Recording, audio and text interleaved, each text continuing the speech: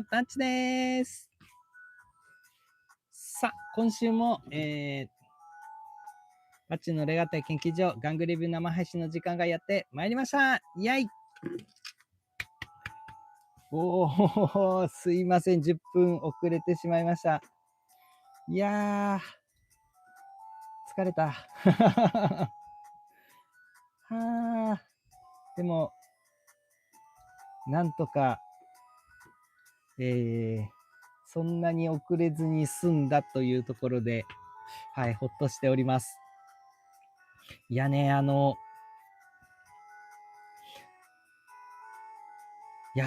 ー、なかなか大変。はい。ということでですね、今回は、今回、ご紹介いたします玩具はこちら、ダダン。ビーストウォーズセカンドから、合体戦士2体ですね。トリプルダックスと、マグナボス。こちらの方をレビューしていきたいと思います。イェヘイ。いやね、すいません。今ね、ちょっと遅れちゃったのって、何かっていうとね、これ、並べようと思ってやってたらね、まあ、玩具をね、触られる方だったらわかると思うんですけど、このね、こいつのスカイワープの金プラがね、割れちゃって割れちゃいましてですね、うわ、やべえっつって、今ね、一生懸命直してました。なんでちょっと遅れちゃいました。すいません。よいしょ。ちょっとね、割れてしまったんですけれども、なので、ちょっとね、準備、そこそこにですね、ちょっと修理をしていたので、遅れてしまいました。いやー、やれやれ。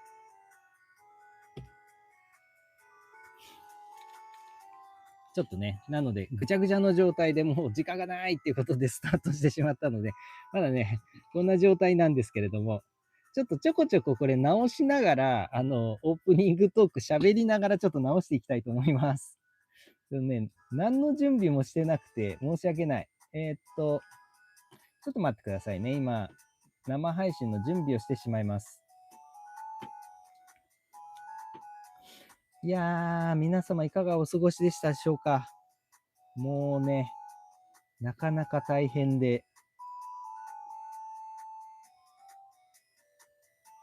ここに来るまでにもね、相当、いろいろね、こう、いろんなものをやっつけながらちょっとここに来てたもんで、なかなかね、大変なんですね。ちょっとこちらはエレファントに戻しながらちょっとね、だらだら喋ってですね、時間稼ぎをしながら行きたいと思います。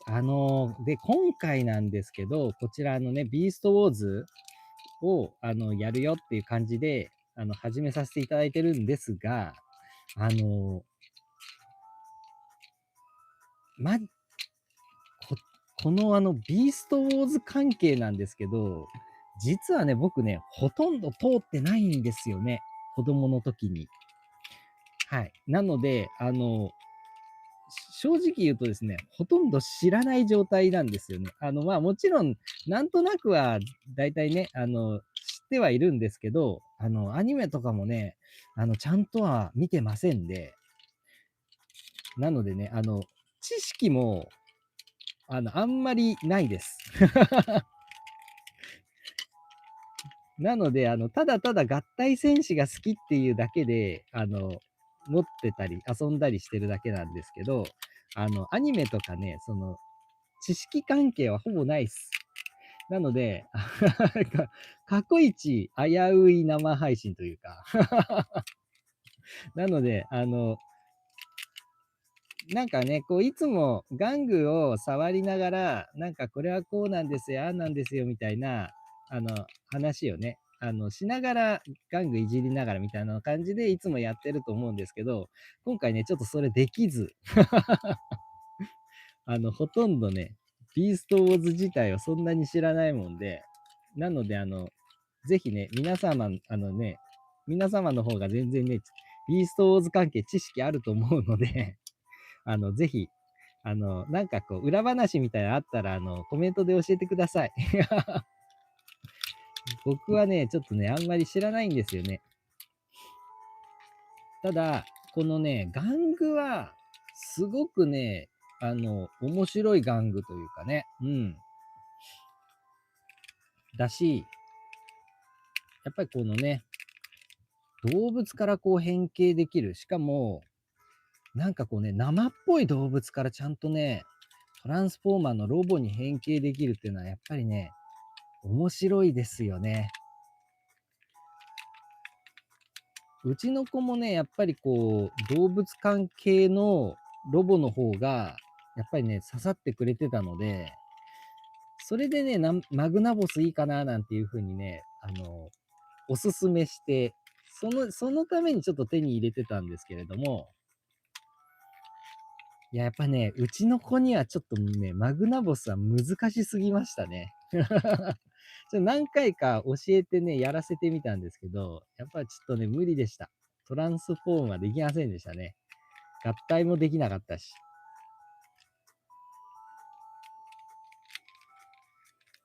これは、合うのかということでですね、ちょっとちょいちょい直しつつ、こちらのね、形を整えつつ、お話をしていきたいかな、なんていうふうに思います。ようやっとエレファントにすることができました。はい。ようやっとエレファントが完成いたしました。これでようやっとスタート状態にできた。よかった。はい。こういう感じですね。いいですね。はい。こちらがビーストウォーズセカンドに登場いたしました合体戦士の6体でございます。ようやっとできた。よかったよかった。はい。ということでですね。ケイチくん、オツ合体戦士じゃ。どうも、ケイチくん、よくお越しくださいました。ありがとうございます。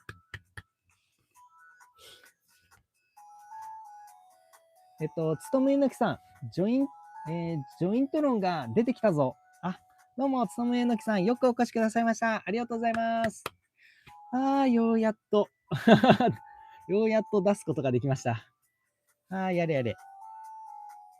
こちらね、やっぱりこう、ビースト、じゃあね、まずちょっと、最初にね、ご説明をオーバー。はい。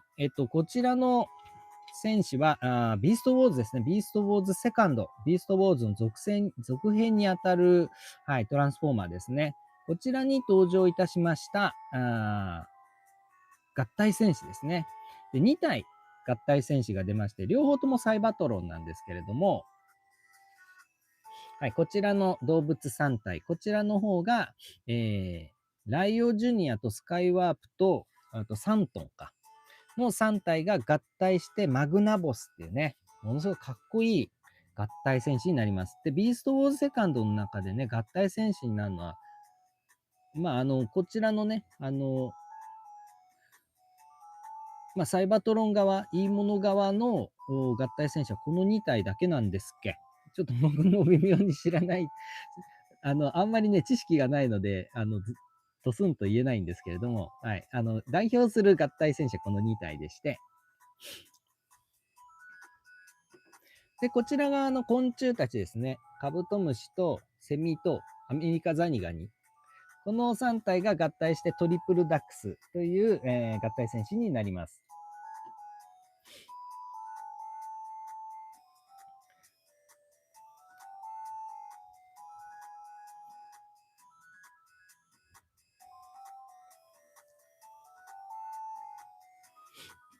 はい。ということでですね、ちょっとこちらの方をやっていこうかなと思うんですけれども、少々お待ちください。ごめんなさい。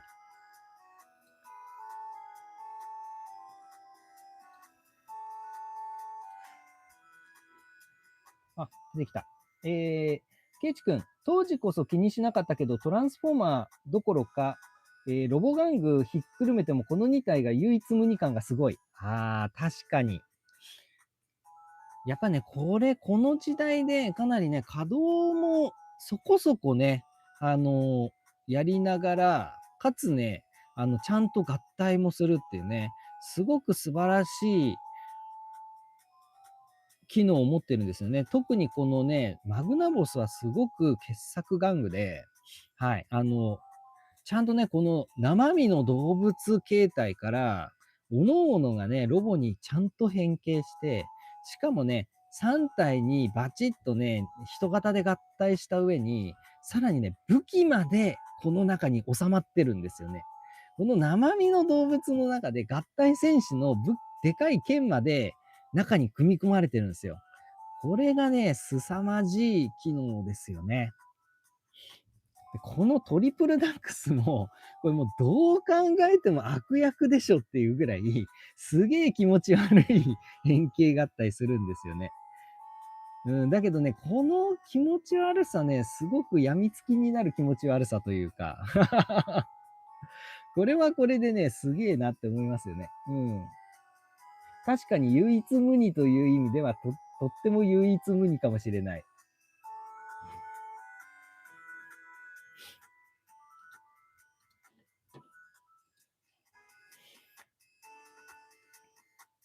はい。そっか。まだこっち言ってなかったですね。このセミちゃんが、DJ です。で、この、カブトムシがモーターアームですね。で、こっちのアメリカザリガニはギムレットっていう風に言います。でね、一応なんですけれども、まあ、いっか。こっちの、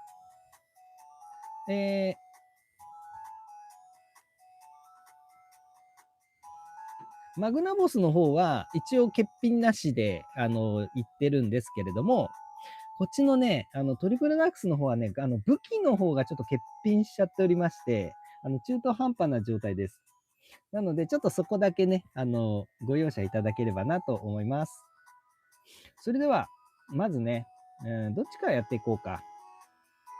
ちょっとね、キモい系なんですけれども、こっちのキモい系のですね、トリプルダックスの方からちょっとやっていきたいと思います。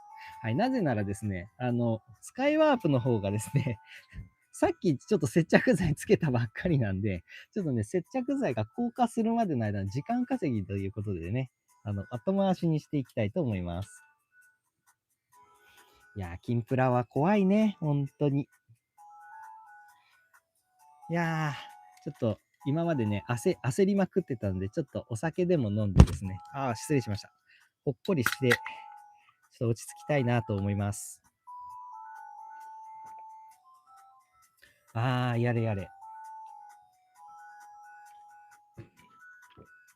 ちょっと過去一、始まる前にバタバタしちゃいましたね。過去一のバタバタ感。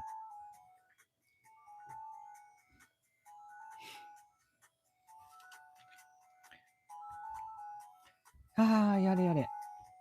もうね、ちょっとね、最近ね、うちのね、娘ちゃんが、工作をしててですね。で、何の工作かっつうと、あれをやってるんですよ。スーパー戦隊がね、終わっちゃうっていうことで、それでこの間、アトラクをね、シアター G ロッソの50ジャーショー特別公演を見てきたんですけども、娘ちゃんと2人で。で、今日は、で、その後ですね、ちょっとやべ。娘ちゃんのね、アイディアで、スーパー戦隊がね、終わってしまうのが悲しいなということで、段ボール工作でですね、あれを作って、ステージを作ってですね、で、その中で、50じゃのアクスタで、アクスタをこう、動かしながらですね、50ジャーショーを再現しようっていうそういう企画が始まってまして、はい。で、あのーそれのためのにね、アクスタとかをちょっとね、買い集めてたんですけど、ちょっと50ポーラが、ちょっとまだ手に入っておりませんで、でももうどこにも売ってなくなっちゃったんですよね。で、この間、ポップアップショップに行って買おうと思ったんですけど、ポップアップショップね、あれが手に入らず、整理券ね、手に入らなくて、中に入って買うことができなくてですね、はい、それでどうしようかっつって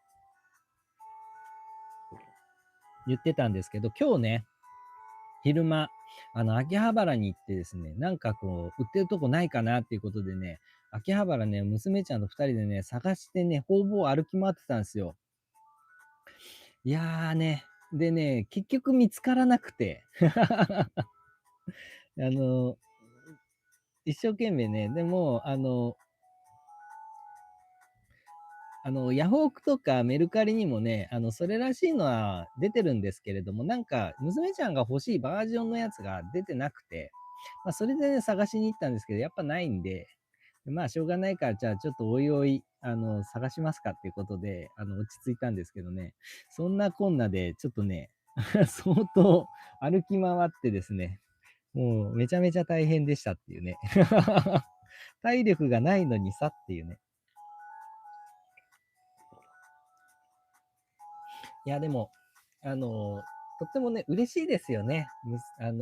子供がね、スーパー戦隊にね、それだけこう、ハマってくれてたので、ね、うちの男の子たちはもうダメだったんですけどね、娘ちゃんの方が、あの、こだわってくれてるので、まあ僕の中ではね、もうほんと唯一の救いというかね、そんな感じになっております。なのでね、ちょっとそれの工作とかも一緒にやったりしてですね、まあ、日中は結構忙しくバタバタしておりました。はあ、だからね、ちょっとね、頭もね、もう今、プシューという感じでもうちょっと自分で今何を言ってるのかもよく分かってないぐらいな感じの、過去一のちょっと疲れ感みたいなのがあるんですけれども。なのでね、ちょっとろれつが回ってなかったり、何喋ってんだっていう感じになってたらごめんなさい。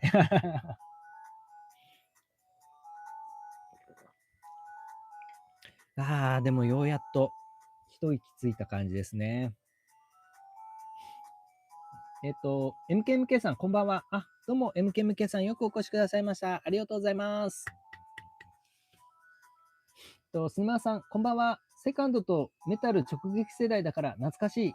あ、どうも、すみません、よくお越しくださいました。ありがとうございます。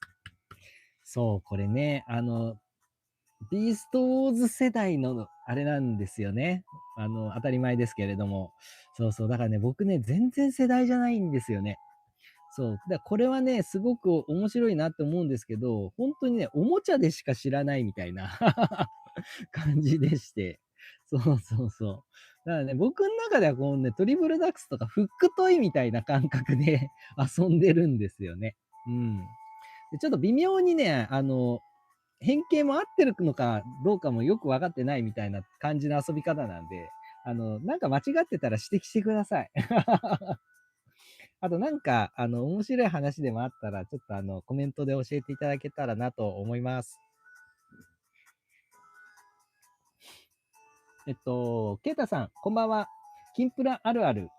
こいつらが変形してさらに合体するとは今見てもすごいな。あ、どうもケイタさんよくお越しくださいました。ありがとうございます。そうなんですよ。もうね、絶望ですよね。さて、今からやるぞって思ってたらバキッつって。いやーもう本当に、肝っ玉冷やしますよ、本当に。ということでですね、ちょっと、変形謎をしながらですね、はい、喋りながらやっていきたいと思います。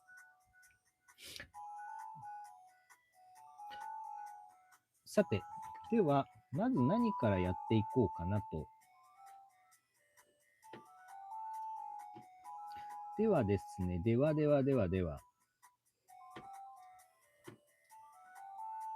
まずはですね、DJI からやっていきますかね。はい、こちら、トリプルダークスの3体です。でね、この3体はもう見ての通り、カブトムシ、セミ、はい、ザリガニですね。もう本当に、なんでこのチョイスって思いますけど、よく考えてみたら、あの、男の子の夏休みセットって感じですよね。ザリガニ取って、セミ取って、カブトムシ育ててみたいな。だからこの男の子の好きなやつら、夏の男の子の親和性の高いやつらを3体集めましたみたいな、夏休みセットっていうことなんでしょうね、きっとね、このパターンは。はい。で、この中から、まずはね、セミちゃんですね。セミちゃんの DJ。こちらの方からやっていきたいと思います。はい、これね、他のやつらよりかは、まだね、ちょっと、トランスフォーマー感があるというかね、なんですけど、まあまあ、ちゃんとセミですね。気持ち悪いぐらいセミです。で、こう、羽がね、こう、ビヤッと広げて遊ぶこともができますね。この気持ち悪さはすごくいいですね。虫っていう感じで。おー、虫っぽいっすね。これは確かに唯一無二感はありますね。このセミはちょっと気持ち悪いな。という感じでね、これが変形前の DJ の、姿ですね。で、これからトランスフォーマーの方に、変身していきます。この場合ね、サイバトの場合はトランスフォームとかじゃなくてね、変身なんですよね。変身なんですよね。これが面白いですね。DJ。じゃあ、この DJ を、変身させていきたいと思います。では、DJ 変身だ。まずはですね、こちらを開きます。よ。脇を開くわけですね。はい。そうすると、この中にね、足が収まってるんですよね。で、ちょっと干渉するので、羽をちょっと逃がしつつ、これもクリアパザー怖いんですよね。はい。足を伸ばしていきます。よいしょ。でね、これね、さっきの、あれもそうなんですけど、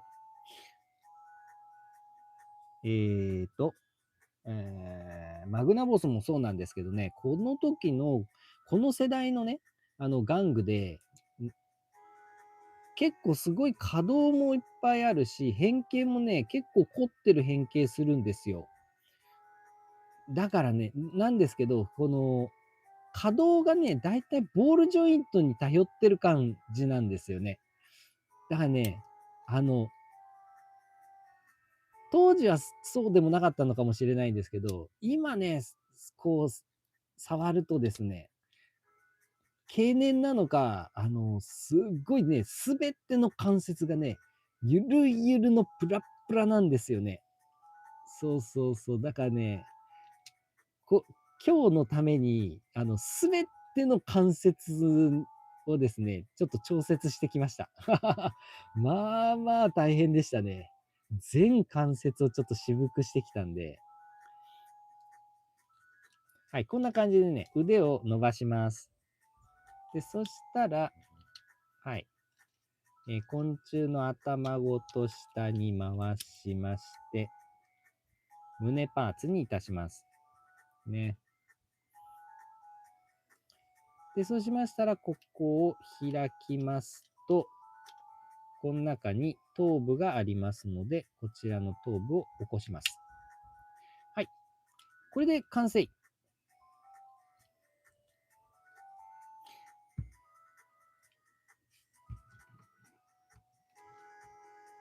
DJ だイェイおー、完成いたしました。DJ です。これも面白いですね。顔も、まあまあ気持ち悪い顔してますね。これがなかなかかっこいいですよね、逆に。なんかリーストウォーズって感じがして。うん。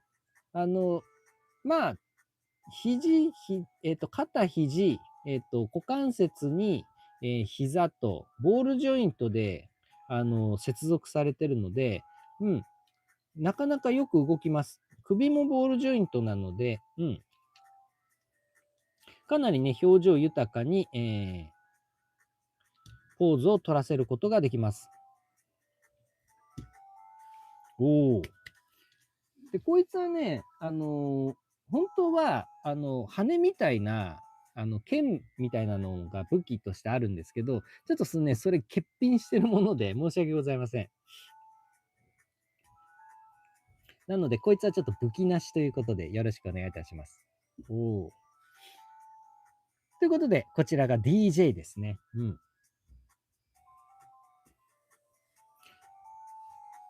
さて、続きまして、次が、ギムレット行きましょうか。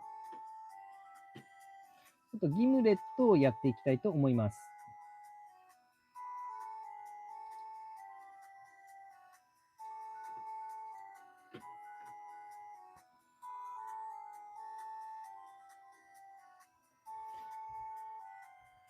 はい。こちらですね。ギムレットドン。こちらアメリカザリガニですね。これね、すごくよくできてるのが、まあこれ全部プラなんですけど、これね、質感がね、ほんとね、ザリガニっぽいんですよ。ね。このね、ジャギジャギ感というかこのね、エビっぽさというか、ザリガニっぽさがね、すっごいよく表現されてますね。でね、ちょうどサイズ的にも、本物のアメリカザリガニぐらいのサイズなんですよね。うん。これはね、ほんとよくできてるなと思います。で、この爪もね、ちゃんと開くので、威嚇ポーズみたいなのね、ちゃんと取れるんですね。威嚇が。これすごくいいですね。このアメリカザリガニはね、ちょっと触ってて楽しいです。はい、ガチのアメリカザリガニと戦わせたいぐらい。はい、それぐらい、ちゃんとザリガニって感じですね。これはね、本当に素晴らしいと思います。造形がね、素晴らしい。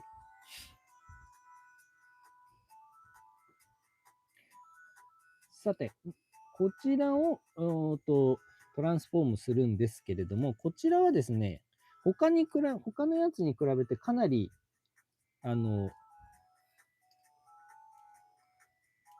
シンプルというかね、素直な変形になります。まずはね、膝を、はい、向きを変えまして、で、この尻尾の部分をね、開くとつま先になります。はい。おっと。で、そうしましたら、アメリカザリガニの頭部をパカッと割ります。割ります。で、足をですね、内面に畳んでおきまして、で、こうですね、爪をちゃんと、向きを整えまして、腰を回転と。はい。そうしましたら、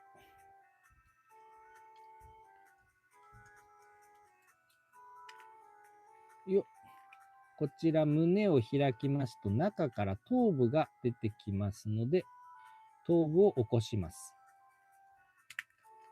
はい。さあ、これで完成。ギムレットだイェイおーこれはね、変形難易度はそんなに高くないですね。他のに比べたら。だけどね、なんかね、すごくかっこいいですね。ザリガニから変形したのに。で、顔もね、なんかちょっとなんだろう。ナウシカの巨神兵みたいな顔してて。すごくいいですね。でも、サイバトロンではねえよなっていう感じはしますけど、うん。でもかっこいいですね。うん。これは素直に結構僕好きです。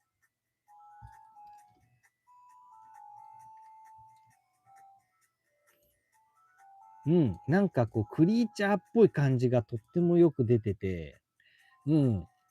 で、またね、この、肩もね、すごく張ってるし、なんかこうね、でかい肩と、このね、ちょっと胴体から離れたデカめの腕とで、なんかこう、バイアラン的な感じのね、ちょっと外したかっこよさというか、だけどね、肩にね、かなりケレン味があるんで、シルエットとしてはすごくかっこいいロボのシルエットになってるんですよね。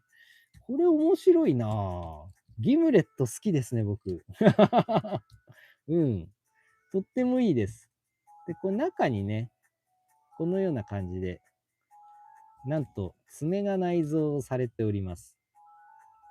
なので、こう、ザリガニの爪の中からさらに爪も展開することができます。これが武器って感じなのかな。はい。こんな感じのね、かっこいい、かっこいい系トランスフォーマーですね。うん。ということで、ギムレットはこんな感じ。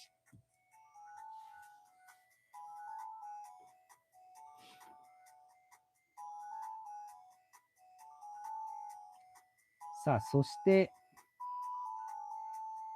お次が、はい、こちらですね。モーターアームでしたっけ。こちらの方が、結構ね、一番ややこしい変形なんですよね。トリプルダックスの中で一番ややこしい変形になります。こちらはもうカブトムシですね。日本のカブトムシって感じですね。でもこれ、海外展開でちゃんとこれだったんですかね。なんか、そうそうそう、このセットってさ、まあ最初も言いましたけど、夏休み欲張りセットみたいな感じのラインナップじゃないですか。でも、多分、この欲張りセットって多分日本限定だと思うんですよね。多分海外の人ってあんまりピンとこないような感じじゃないかなと思うし、このカブトムシって日本ですよね。外国の人が考えるカブトムシってこの形じゃねえんじゃねえのって思ったりして、これ、ビーストウォーズセカンドって、あれこれ日本初ですか。これとも、それとも外国スタートの日本輸入なんですかね。そこら辺がよくわかんないなっていう感じ僕知らないんで、あんまり。うん。なんか、そうそう、このモーターアーム見ちゃうと、あれなんか、日本っぽいねっていう感じがしますよね。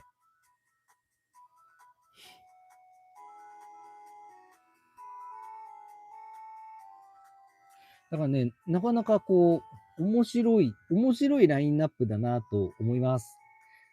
さあさあさあ、これ変形させていきましょう。これね、むずいんですよね、これね。まず、蓋パカッと開けます。で、そうするとね、中にこう腕がね、収まってるんですね。で、こいつは外します。でね、本来武器ここに収まって、この中に格納されてるんですよね。で、ちょっと武器が欠品しちゃっておりまして、申し訳ございません。と、これで外しまして、で、ここに足があるんですよね。で、この足を展開するんですね。うん。こんな感じで足が収まっておりますので展開します。はい。こうですね。はい、ここまで OK。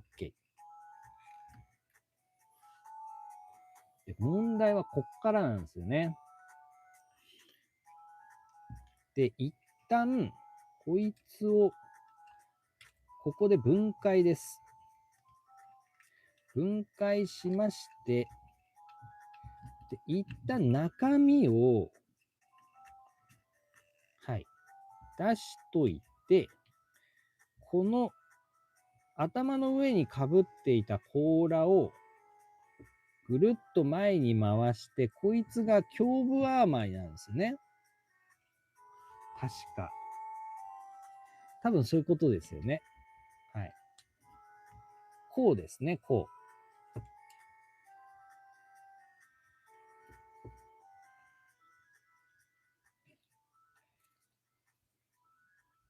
で、こうしましたら、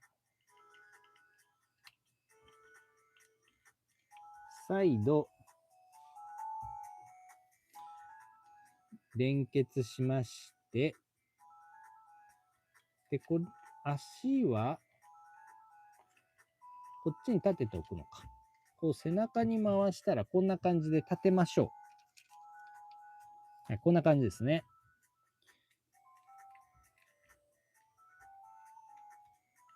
で、カブトムシの頭をこっち側に向けましたら、この頭がですね、パカーンと左右に割れるんですね。はい、そうするとこんなつぶらなお目目のですね、顔が出てきまして、はい、これでいいのかな？はい、これで完成。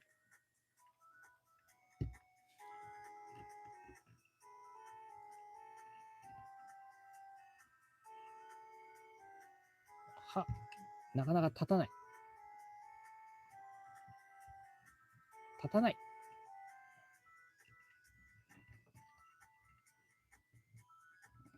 バックヘビーで立ちにくいですけれども、ちょっと背中に壁を作りまして、さあ、これで完成。モーターアームだ、イェイ。おー。このね、なかなかちょっとね、ややこしい変形をするんですけれども、うん。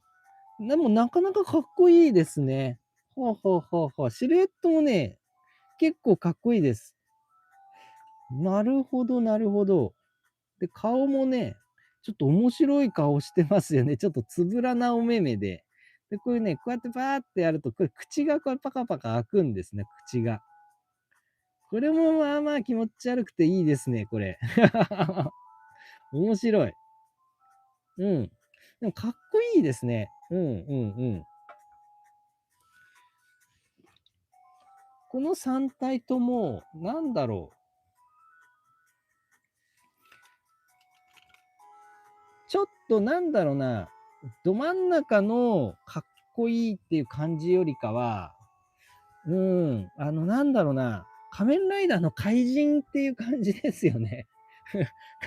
感じ的に。でもなんかそれがちょっとかっこいい感じあれだ。あれ、ガイバーっぽい。うん。ガイバーのゾアノイドっぽいんだよな。ゾアノイドのかっこよさって感じがする。すいませんね、ガイバー話になっちゃって。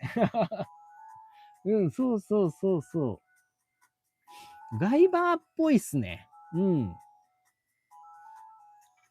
で、この、モーターアームも、本当はね、武器が先ほどの背中に内蔵されているものを、持ち手武器としてね、クローみたいなのを持たせることが本来できるんですけど、すいません、ちょっとね、そこら辺欠品しておりまして。うん、だけどね、先ほどの、まあまあちゃんと気持ち悪かった、ね、ザリガニだとか、カブトムシだとかセミだとかっていうところから、ちゃんとこうやってね、人型のロボに変形するのは、うん、面白いですね。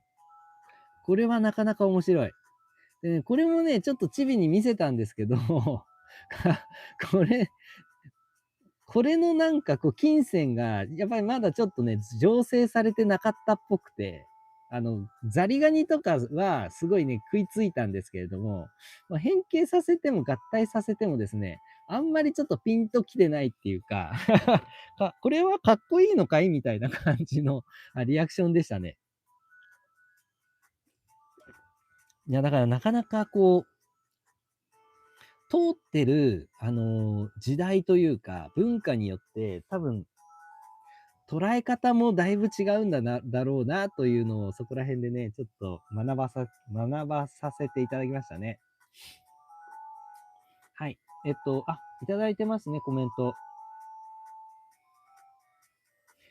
ケイチ君、合体戦士に合体武器ってのが最高なんだよな。ほんとそうですね。バラのやつで持ってる武器がさらに合体したら、でかい武器になるっていうのがすごくいいですよね。うん。なんか無駄がない感じ。うん。それはほんとそうな、単純にね、パワーアップ感みたいなのも出ますしね。それはほんとそうですね。山中幸雄さん。主さん、皆さん、こんばんは。お疲れ様です。今日は Amazon で無限倍無双シリーズ第2弾のノーマルとアナザーを買いました。そして、スペリオルカイザーが出ましたね。とてもかっこいいですね。どうも、山中幸雄さん、よくお越しくださいました。ありがとうございます。無限倍無双ね。はい。僕も、例の、一箱セット版のやつ、購入いたしました。購入して、届きました。こちらですね、ドドーン。無限倍無双。で、第1弾も、これが出るっていうんで、急いでね、手に入れまして、はい。やりましたんで、これもね、すごく楽しみですね。こいつがね、なかなかかっこいいんですよね、ライオンが。うん。ね。第1弾と組み合わせていろいろできるみたいなんで、なんかいろいろやりようがある感じがしますよね。うん。これもね、ちょっといろいろいじって遊びたいな、なんていうふうに思います。ね。これも生配信でちょっとね、いろいろ合体方法などを研究しながら遊ぶのも面白いかもしれませんね。スネマさん、グラデーション塗装してリアルタイプカラーにしたい。スネマさんはね、本当にね、もうこういう気持ち悪いの作らせたら本当天下一品ですからね。スネマさんが、キングオージャーの時に、キングオージャーって虫じゃないですか、全部。あれをね、ガチの生っぽい虫に全部塗装して改造するっていうね、やつやってたんですよね。あれはすごかったですね。多分ね、日本の中で唯一だったと思いますよね。ああいうの作ったの。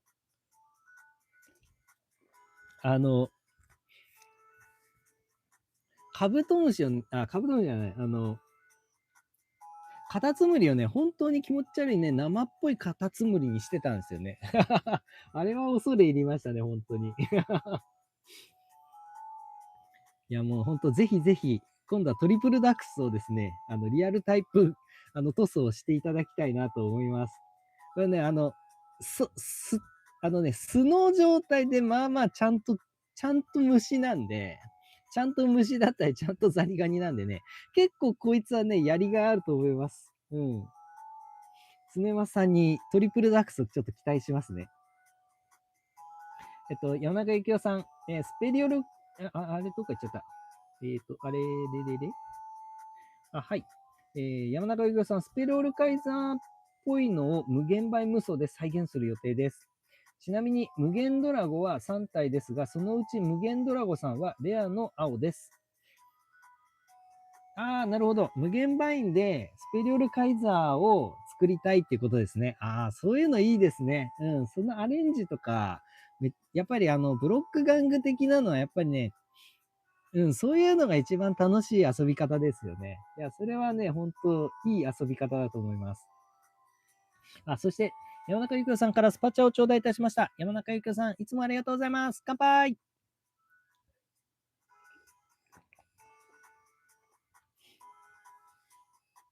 ライムさん、こんばんは。この手の合体戦士って時代が進んでもかっこいいですよね。ライムさん、よくお越しくださいました。ありがとうございます。いや、やっぱりいいですね。やっぱりこの、なんていうのかな。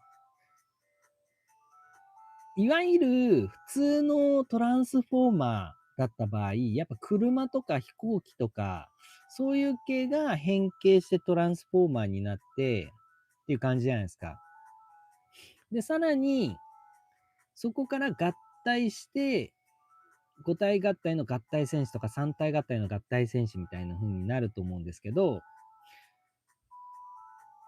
なんていうかね、もうトランスフォーマーになっちゃうと、それがなんか、基本スペックというかね、基本の遊び方になっちゃうじゃないですか。だからなんか、どこか、当たり前というか、驚きはないんですよね。ああ、今度こう合体こんな感じの構成か、みたいな感じの、ふむふむなるほど的な感じになるじゃないですか。うん。それに対して、このね、虫だとかザリガニとかから変形したものが合体して合体戦士になるとかって、やっぱり新しいなんか、脳みその新しい部分をくすぐられるような感じですよね。うん。なんかね、不思議な満足感みたいなのがありますよね、これ。こういう構成って。うん。で、動物もね、合体するっていうのもいいですね。やっぱりこう、ビーストウォーズって、あんまり合体しないじゃないですか。ね。あの、デストロンの方はゴッドネプチューンでしたっけね。あれが、合体戦士として出てきますけれども、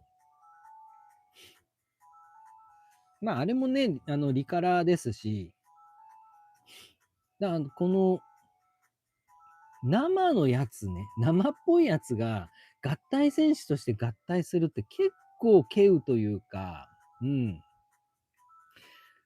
珍しいパターンだからこそ、なんかこうね、特別感があるというか、ありますよね。うん、だから、3体のトランスフォーマーが合体するっていうだけの構成だと、ふんふんなるほどで、過ぎ去っちゃいそうなところですけれども、この構成、このパターンの合体だからこそ唯一無二感が出るっていうのはあると思いますね。だからこそ結構ね、やってて楽しいっていうのは、いや、本当思います。ケイタさん、今、スタイリッシュでかっこいいイケメンロボばかりなので、このクリーチャー感あるのいいな。いやー、まさにそうですね。うん。このね、クリーチャーっぽいの、ちょっとね、いいんですよ、本当に。なんだろうな、一周回ったかっこよさっていうか、仮面ライダーがやっぱりね、一番かっこいいし、みんな食いつくじゃないですか。だけど、なんか、怪人もかっこいいなっていう、なんか、怪人側のなんかデザインに惹かれちゃうみたいな。ウルトラマンでも、ウルトラマンはもちろんかっこいいんだけど、なんか、ウルトラマンに倒される側の怪獣の方のデザインがめっちゃ気に入るとか、ありますよね、なんかね。うん。なんかそういう金銭というか、ちょっと人間とは別のところの、ラインのかっこよさを、主軸にしてるっていうのは、すごくいいですね。うん。やっぱなんかこういうのってすごく男の子って感じがするんですよね。うん。まあ、このかっこよさとか、この金銭が、発祥していって、なんかこうね、人間の形じゃないものに、こう、感情移入するだとか、うん、そっちにのめり込むとかね、そういう金銭の方に育っていくというか変わっていくもんなんだろうから、結構、なんか正しい、うん、ものなんだろうなと思うんですけども、このど真ん中じゃないね、カーブとかね、スイーパーっぽい感じのかっこよさのラインをついてくるところは、なかなか渋くていいなって思います。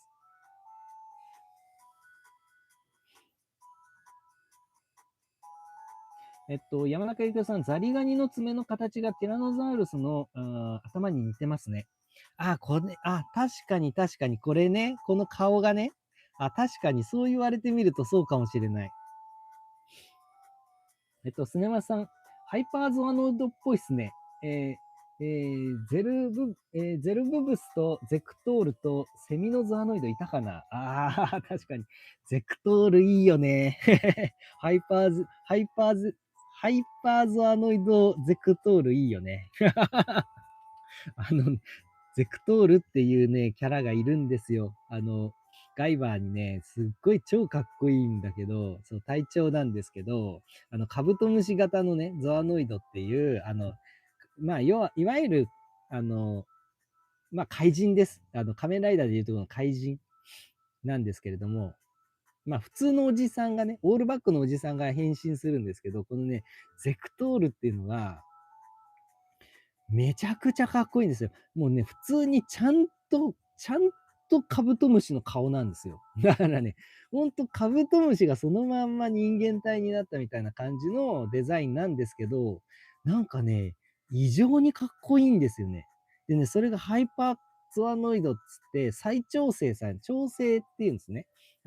人間がゾアノイドに変身できるように、バイオ改造されるようなのをね、調整っていうんですけど、この一回調整されてゾアノイドになったやつが再調整でもう一回調整されてハイパーゾアノイドっていうのになるんですけど、そう、そのゼクトールがガイバーにね、戦いで勝つためにハイパー化をするんですよ。で、そのハイパーゾアノイドになったゼクトールがめちゃんこかっこよくて、本当に、ハイパー化するとね、さらにゴテ盛りになってね、なんか強化合体したロボ感があるというかね、めちゃめちゃかっこよくなるんですよ。第二形態みたいなのが。それがね、めちゃめちゃかっこいい。でも別に顔がね、ヒロイックな感じとかじゃないんですよ。普通にちゃんとカブトムシの顔なんですよ。だからこの気持ち悪いかっこよさみたいなのは、確かにこのね、ゾアノイドっぽさはあるのかもしれないですね。もう僕もね、ガイバーめっちゃ好きなんでうん、ゾアノイドもめっちゃ好きなんですよね。で、最終的にアプトムってやつに吸収されちゃってね、アプトムの方にカブトムシの因子がね、取られちゃうんですよね。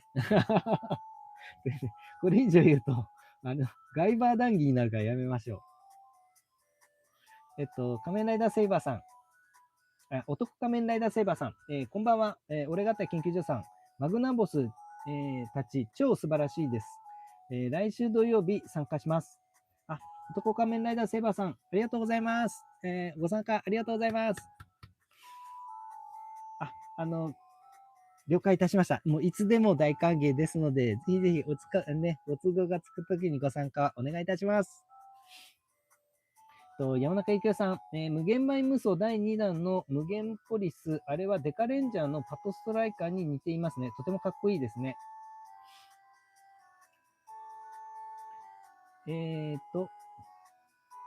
確かに仮面ライダーの敵に似てますね。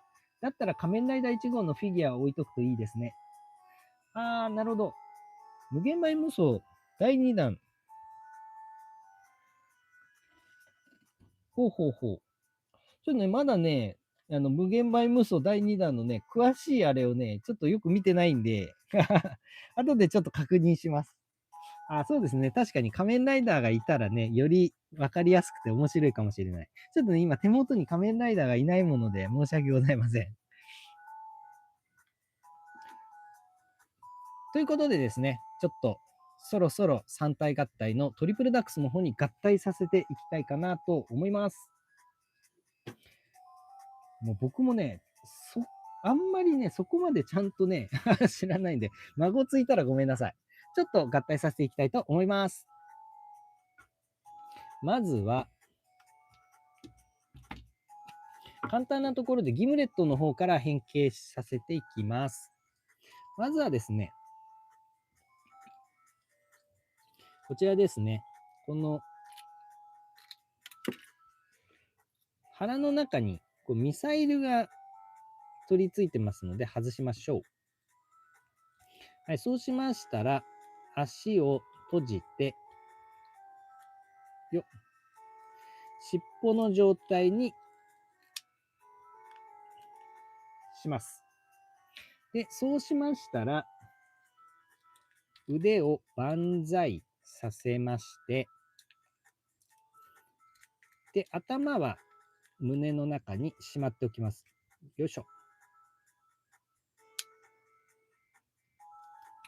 はい、しまっておきます。はい、そうしましたら、万歳しまして、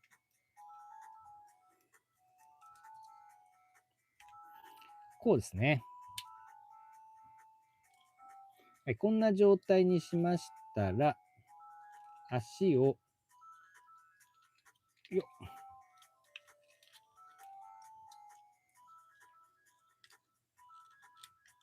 はい、向きを調整いたしまして、で、爪を開くと、これがつま先になるわけですね。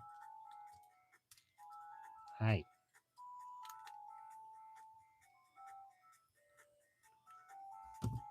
おー。そうしましたら、これ尻尾を、丸ごとこちら側に折り込みます。はい。これで合体準備完成です。はい。続きまして、DJ ですね。DJ の方を変形させていきたいと思います。DJ は、まず頭を背中の方にしまっておきます。はい。そうしましたら、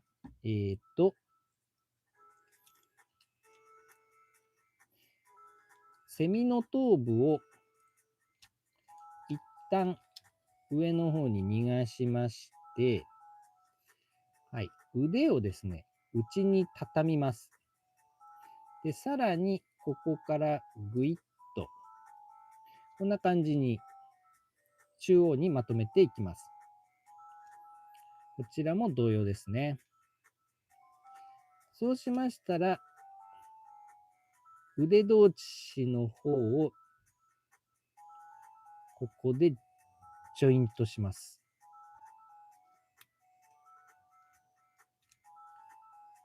はい、こんな感じですね。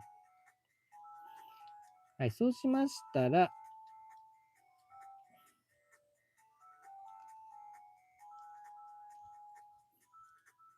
サイドの腹を開きまして、ここか、股を開いておきます。ここの股を。で、クランクで、ここの股を開いておいてから、足を内面に入れていきます。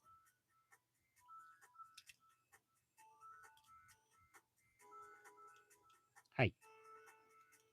こちらも同様ですね。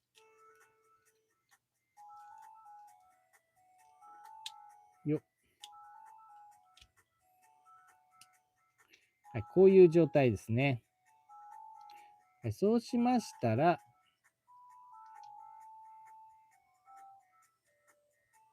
セミの頭部をサイドに展開します。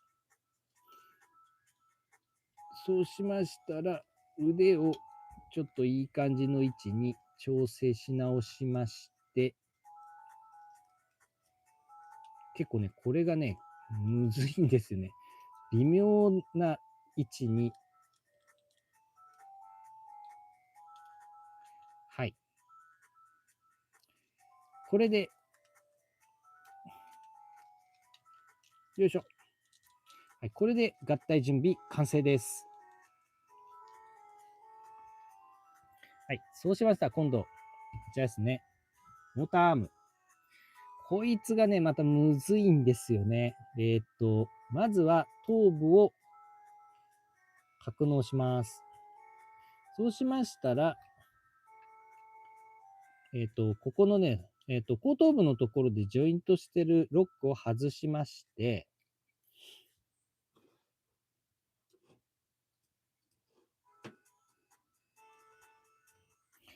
はい。で、ここ、開きますと、ここにね、ボディがあります。ボディの、軸パーツがあります。で、これごとですね、ぐいーっと背中の方に回していきます。で、残ったこの体ですね。体の部分が丸々腕になるんですね。まずは、この胸のパーツ、左右に分割しまして、跳ね上げておきます。これがね、肩アーマーになるんですね。で、そうしましたら、ボディごと、はい、開いておきます。で、こっちの足だった方を上にして、腕だった方を下にするんですね。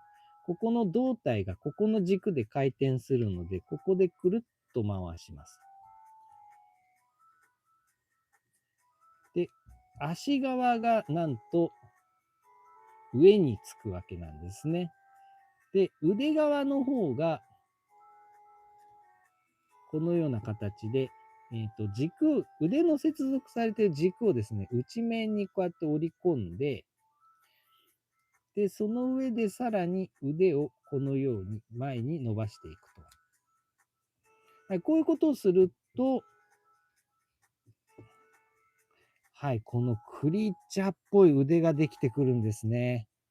おー、これもなんか、すごい外した感じのね、本当に気持ち悪い感じの腕になります。もう完全に、あれですね、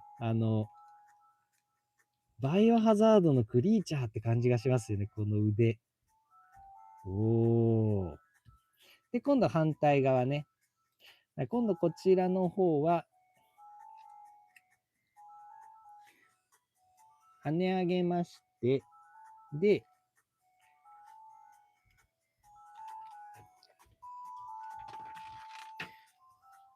よっと。跳ね上げましたら、今度こちらがこんな感じですね。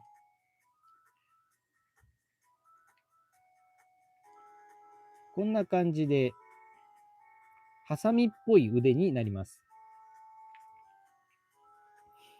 はい、そうしましたら、軸パーツを正面側に向けて、でこの軸パーツをこうやって伸ばすんですね。はい。これがね、接続軸になるんですね。はい。これで、モーターアームの合体準備完成です。では、合体させていきたいと思います。まずは、下半身と上半身。こちらを、ここですね。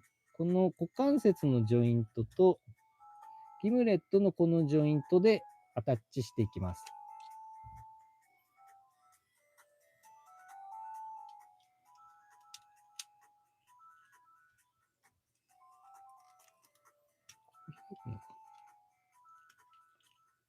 ここで合体。よ。はい、合体できました。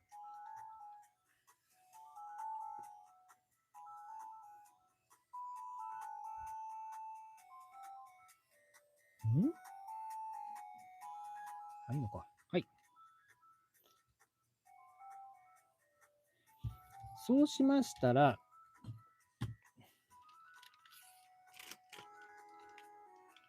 頭部ですね。この頭部を手前に引いて、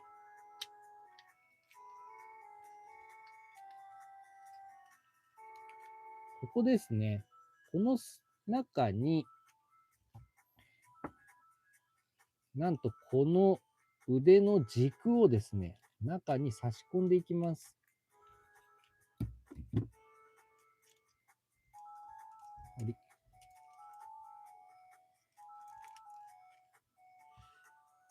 いいんだよね。これを、あれ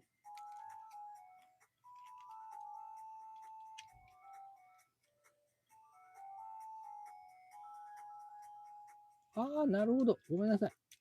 足か。こうだ。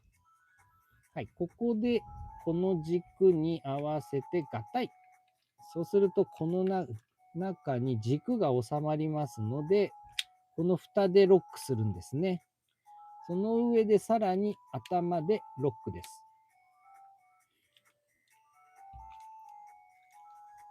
OK。さあ、これで完成。トリプルダクサーイェーイおー、合体できました。おー。結構かっこいいですね。だいぶかっこいい。で、やっぱり、ちょっと外した系のかっこよさにはなるものの、いや、いいですね。うん。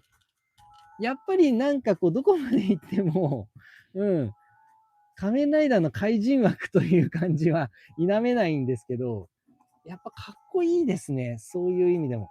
だって顔もさ、すげえ顔してんですね、これ。どんな表情なのこれ。怒ってる。めっちゃ怒ってる顔してますね。ああ、でも、で、なんかね、頭もなんだかよくわかんない感じの形状だしね。なんか、スパイダーマンの敵とかに出てきそうな顔してますよね。いや、でも、これがいいですね。逆に。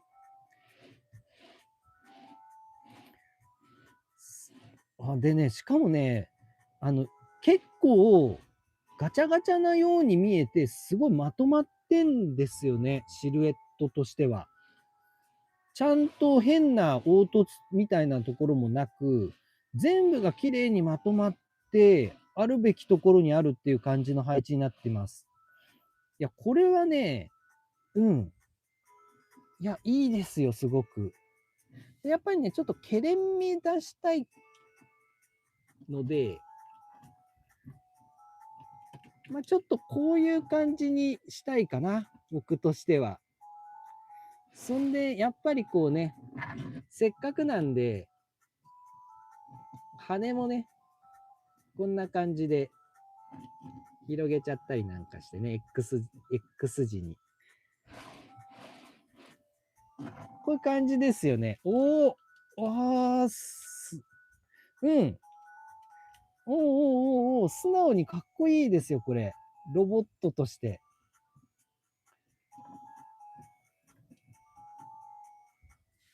はいはいはいはい。かっこいいぞ。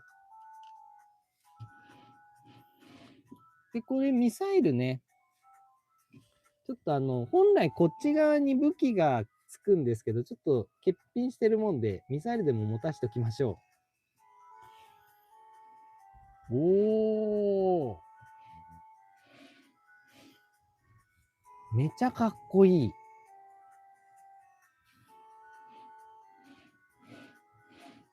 やっぱりこのね、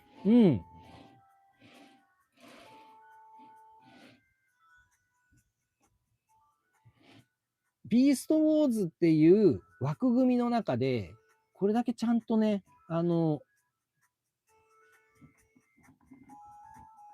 いろいろ工夫凝らして合体をね、できる、トランスフォーマーがね、出てるってだけでもうこれね、すごいプライオリティ高いですね。で、特に、関節とかはね、ボールジョイントとかで、細かくね、稼働できますので、よ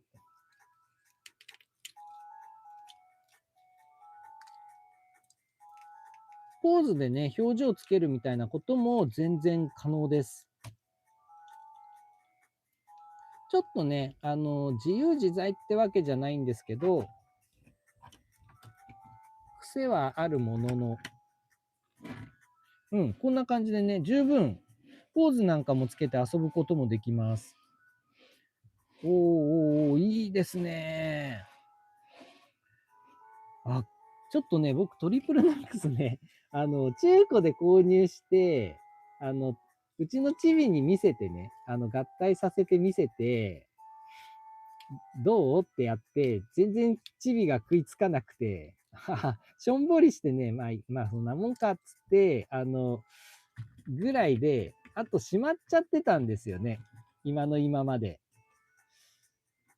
そうそうそう。だからね、僕もそこまで、で、ビーストウォーズ別に、経てるわけじゃないんで、あんまり、そっからね、引っ張り出して遊ぶってことはなかったんですけど、いや、ちょっと待てよと。今これでちょっと自分で合体させてみて、思ったんですけど、かっこいいな。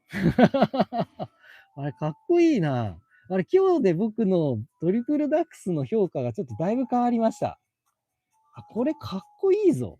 普通に。いや、僕ただのクリーチャー的なね、なんだかよくわかんない合体形態のロボだなぐらいのイメージしかなかったんですけど、いや、全然かっこいい。でなんだったらちょっとセミの時に邪魔にならなければ、この中央の部分のここを黒く塗るんでもいいかもわかんないですね。黒く塗ったら結構締まるかも。そしたらもっとよりかっこよくなるかもしんないな。本当はね、これ肩のカバー下に下ろすんですけど、ちょっと僕の好みで上げちゃってるんですが、この状態だとすごいいかつくてかっこいいですね。おー、これ、うん、すごく好き。ちょっと評価一変しました。うん。なんでこれがサイバートロンみたいな感じで思ってましたけど、いや、全然かっこいいわ。いや、いいですね。羽も生えてるし。いや、いい、いい、いい、いい。あ、うん。めちゃ好きかも。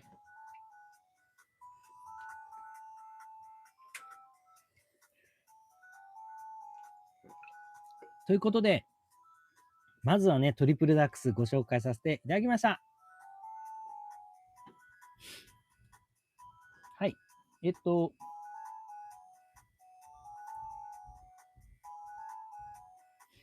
おとっかめライダーセーバーさん、ありがとうございます。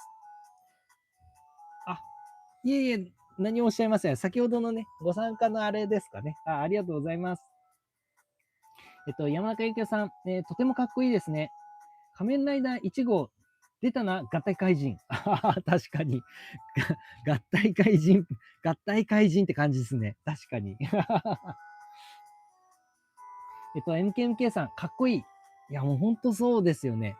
僕もね、ちょっと今まで、そんなにかっこいいと思ってなかったんで、いや、ちょっとね、今日見直しました。評価が一変しましたね。めちゃかっこいいっす。スネマさん、肩と羽いじるだけでめちゃくちゃ良くなりますね。いや、もうほんとそうなんですよね。これ、ちょっと普通に正統的に正統派のかっこよさになりますよね、これだけで。うん。あ、まさか、あ、こんなに、こいつで、評価が一変するかとは思ってませんでした、今日。ちょっとね、今感心してます、自分で。ケイタさん、合体ロボは十分すぎる可動域。合体ロボでは十分すぎる可動域。いや、本当そうですね。これ以上ぐちゃぐちゃになっちゃうと扱いにくくなっちゃいますからね。うん。でね、まあ、もともとね、これ、稼働するジョイントがほとんどボールなんですよ。だからね、何の調整なしにやろうとすると、もうほんとマリオネットみたいにくにゃんくにゃんくにゃんくにゃんしてるんですよね。これ全部の、ジョイントを結構渋めに調整したんで、うん、結構ね、遊びやすくなってます。だからね、やっぱボールジョイントは、うん、ちょっとね、調整必須っすね。うん。これ多分、ここまでボールジョイント対応してたら、多分当時でも結構扱うの、ね、結構大変だったんじゃないかなと思いますね。いや、でも、うん、これ渋くするとね、ほんと、すごい遊びやすいし、で、このね、ジョイントの数ぐらいがちょうどいいですね。遊ぶには。うん。合体ロボでこれだけ動けるんだから、もう十分すぎますね。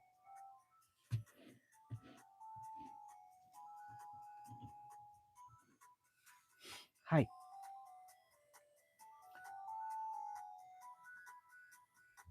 スネマさん、カラーリングもなんとなくゲッター2。山中幸雄さん、確かに。なるほど。ゲッター2か。確かに。白っぽいしね。白っぽいし、赤だしね。うんうんうん。両腕異形だしね。こっちドリルで、こっちがね、なんかこうね、クランプというかね、爪になってるやつね。確かに確かに。ここドリルだったらゲッター2ですね。顔もなんかちょっとゲッター2っぽいしね。そう言われてみれば確かにそうだ。全くそれは思ってなかった。確かに言われてみたら、ほんとそうですね。ということで、まずは、こちらですね。はい、トリプルダックスご紹介いたしました。さあ、お次です。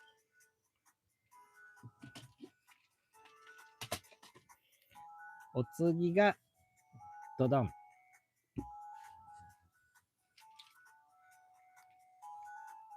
ドドン。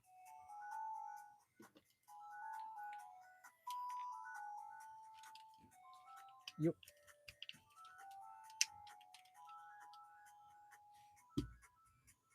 ドドン。はい。こちらですね。僕の中では、ビーストウォーズセカンドの主役機ですね。ライオコンボイには申し訳ないんですけど、僕の中ではこっちの方が主役なんですよね。はい。ということで、こちらがですね、一応第2弾のロボットになるのかな。アニメ僕も見てないんで、本当にね、聞きかじりの情報しかないんですけど、何だったっけな。海外のビーストウォーズと日本のビーストウォーズでは何らかの事情でね、どっちかが出てくる順番が違うんですよね。で、トリプルダックスが先に出て、次に、マグナボスが出たっていう話なんですよね。ちょっとごめんなさい。ここら辺ね、ほんと僕見てないんで、すごいね、聞きかじりのうろ覚えで話をしてるので、なんとも言えないんですが、という感じで、一応第2弾の、はい、ロボットって合体戦士っていうことで、はい、マグナボスですね。はい。こちらの、もう本当にね、動物のね、男の子が大好きな動物、三大動物みたいな感じでね、ライオンとアフリカゾウとワシね、白頭ワシっていう感じになっております。で、こちらのライオン型のメカが、トランスフォーマーがですね、こちらがライオジュニアですね。ライオジュニア。で、このワシ、白頭ワシの方が、スカイワープ。このアフリカゾウの方がサントンですね。うん。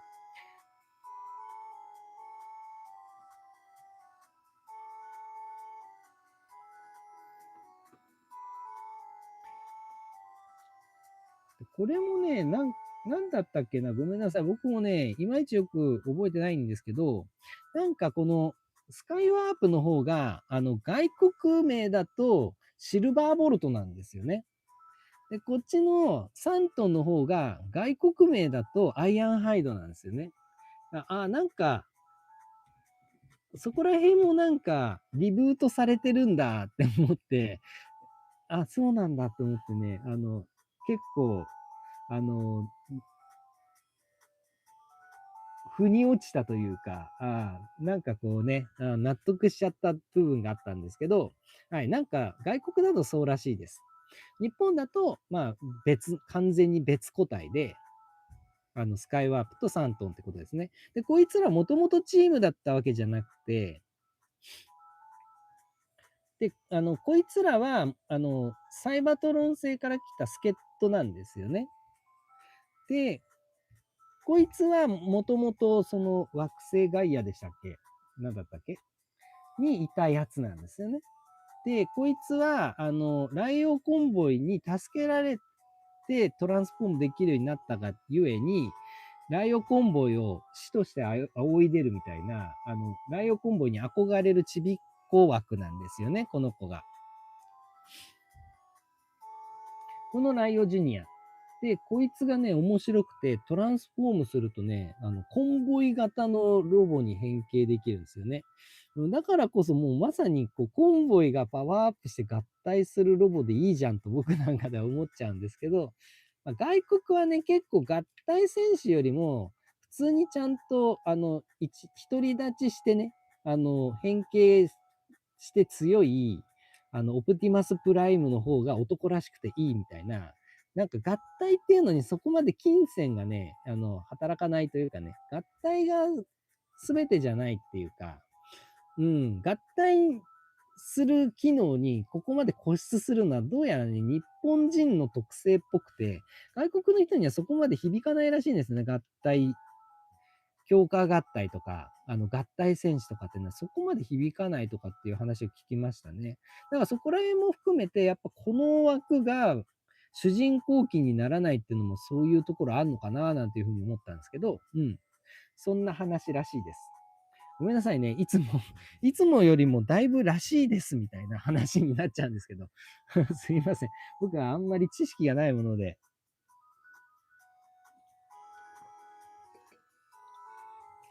いつもよりも増してうろ覚えでお話をしております。なんか、あったら指摘してください。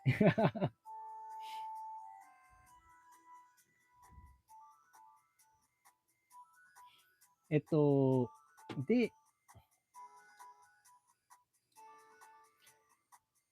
ですね、少々お待ちください。はい。まずは、ちょっとね、ライオジュニアの方からやっていきたいと思います。はい、こちらですね。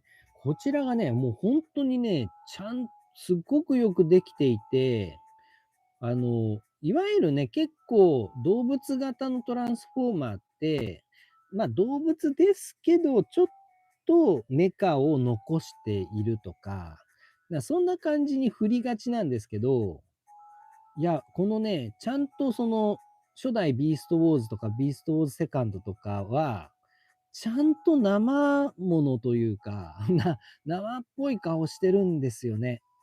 で、アニメだともっとアニメ顔してるんですけど、玩具はね、ほんとちゃんとアニアのような生っぽさを残したね、ライオンになっていて、非常に好感度が高いですね。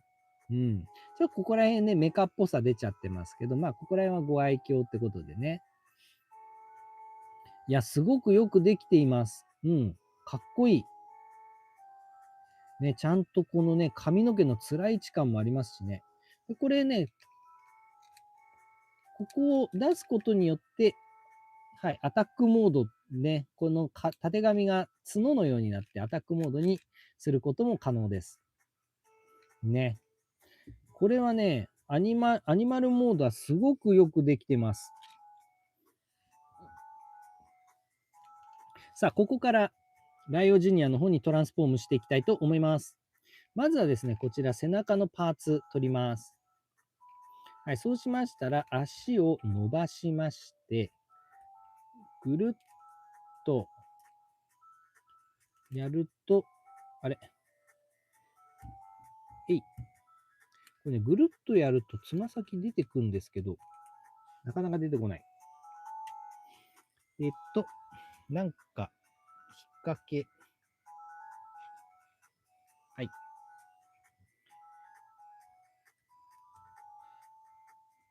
これ関節を多分ね、渋み調整しちゃったから、硬くなっちゃった。あ、出てきた。いや。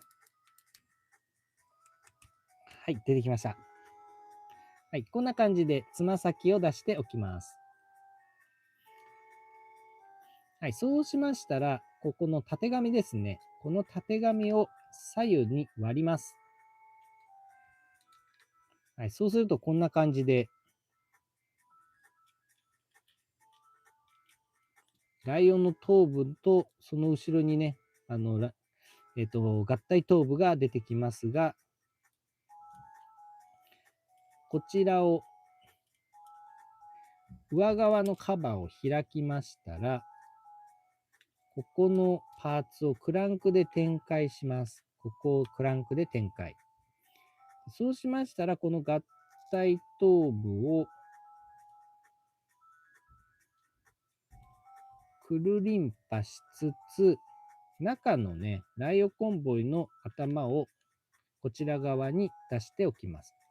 そうしましたら、こんな感じで、頭をどんでん返しで上下逆にしておきます。でそうしましたら、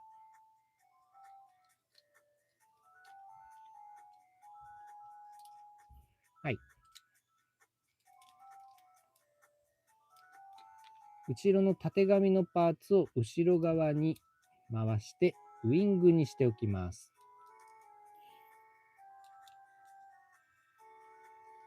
こうだね。はい。そうしましたら腕を、向きを調整しまして、縦紙パーツを下ろしてサイドに跳ね上げましたら、腰を回転、足を回転させて、さあ、これで完成。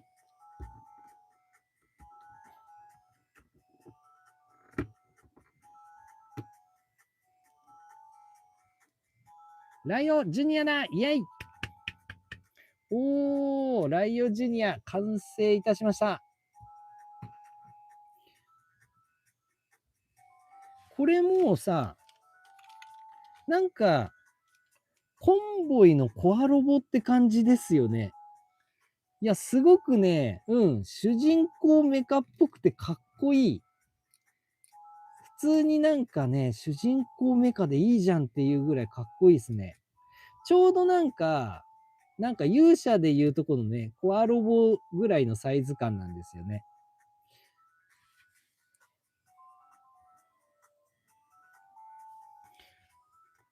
このね、扱いやすさみたいなのもすごくいいし、ビーストの時のね、ライオン型の時もすごくよくできてるしね。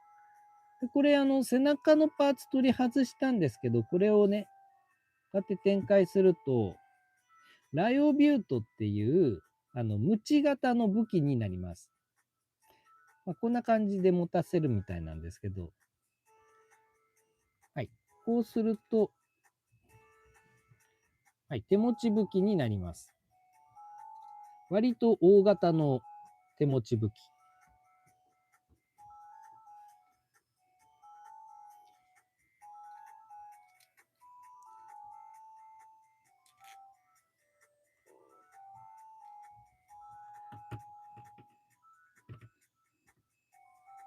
なかなかね、そう、かっこいいんですよね、単純に。で、サイズ感もすごく手頃だし、なんか、これだけ持って遊ぶのもいいかもしれないぐらい、出来がいいですね、ライオジュニア。顔もね、ちょっと、コンボイ、若々しいコンボイというかね、幼いコンボイっぽい顔をしてますけど、いや、すごくね、コンボイ顔でかっこいいですよね。だからもうなんか、主人公ロボにふさわしい感じ。でね、背中のね、縦紙もちゃんとなんか、ウィングパーツっぽくなってて、すごくいいです。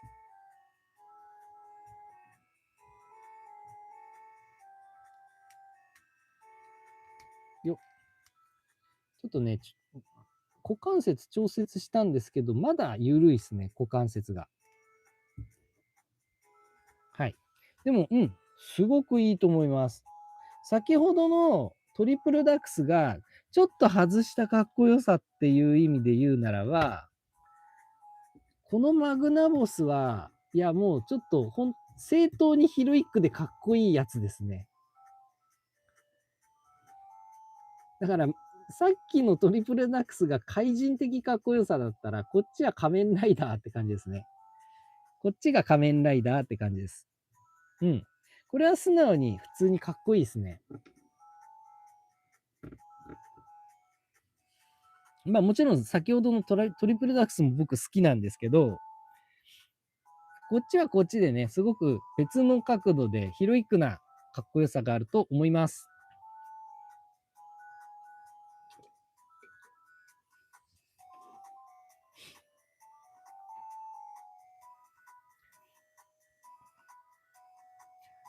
はい、山中ゆきおさん来た。さっきのは前菜ならマグナボスがメインですね。ガオライオンっぽいですね。かっこいいですね。あ、そうですね。確かに先ほどのやつが、まあ要は、そうですね。怪人っぽいって言えば怪人っぽいですから、こっちはね、正当に男の子のヒロイックなね、正当な、主役ロボって感じがしますからね。確かに、こっちがメインっぽいっちゃメインっぽいですね。あ、確かにガオライオンって言われちゃうと、確かに。ガオライオンはね、もっとね、なんかメカメカしいですけどね。うん。でもまあ、なんかこうね、動物っぽさっていう意味ではすごくいいと思います。さあ、そして、次。懸案でした。こいつ、スカイワープですね。こいつがね、準備中に割れてくれちゃって、怖い怖い、もう金プラ。ということで、スカイワープやっていきたいと思います。ね、こいつは白頭鷲ですね。うん。で、この鷲は、広げた状態のまま、羽を畳んだりするっていうポジションは取れないですね。広げた状態がもうデフォって感じです。けど、ちゃんとね、しっかりと羽のモールドびっちり彫られていて、いや、とてもいいです。うん。顔もね、なんか変にディフォルメされてない感じの、ちゃんとしたね、鳥顔というか。で、でね、爪もちゃんとね、こんな感じで、動物っぽい形の爪をしております。なのでね、非常にこの、やっぱりこう、動物から変形するんだよっていう、ビーストウォーズならではのかっこよさみたいなね、作り込みっていうのをすごく感じますね。すごく素晴らしいと思います。ちょっとここら辺、調節の跡がカスがね、出てきてしまっておりますが。はい。トランスフォームさせていきたいと思います。こちらもね、トランスフォームじゃなくて変身なんですよね。変身。まずは、こちらですね。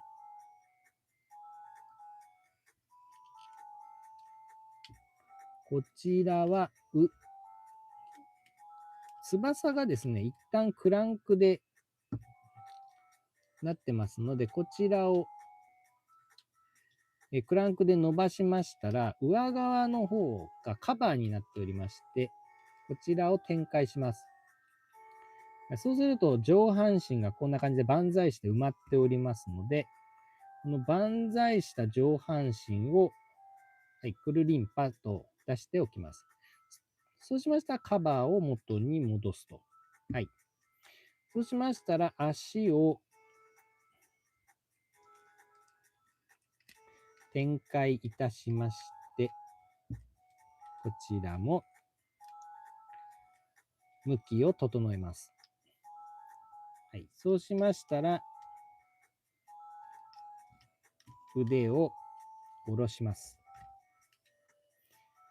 で、こちらの翼を再度、クランクで倒しまして、翼の先っちょはですね、内側に折り込んでおきます。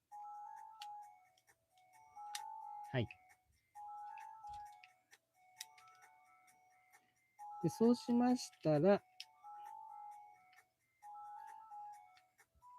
頭部を中央に、頭部の頭にかぶるように、はい、折り込みましたら、さあ、これで完成。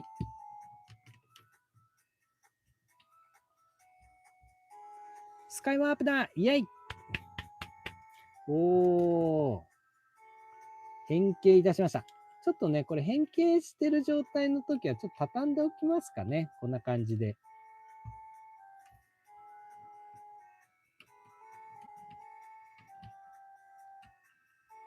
よっ。こうやっておけば、うん。よし、立てられました。尻尾でね、3点設置することで、なんとか、立たせることができます。おー、できた。いいですね、いいですね。で、こちらはね、スカイワープなんですけれども、うん。かなりね、体が細身な感じがして、すごく面白いですね。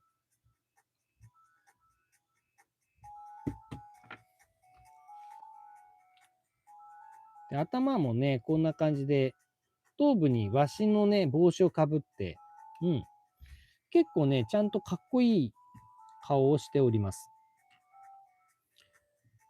ちょっとね、この茶色の同系色のパーツばっかりで、よくね、体のシルエットがわかんないんですけど、うん。ちゃんとこんな感じで、両手両足がね、ちょっとかなりね、細身の、トランスフォーマーになっていて、うん、スピードタイプって感じがしますね。で、こちらにはですね、はい、こちら取り外すと、剣が内蔵されております。なので、両手剣ですね。両手剣を持って、こんな感じで戦う、スピードタイプの戦士になっております。おー、いいですね、いいですね。かっこいい。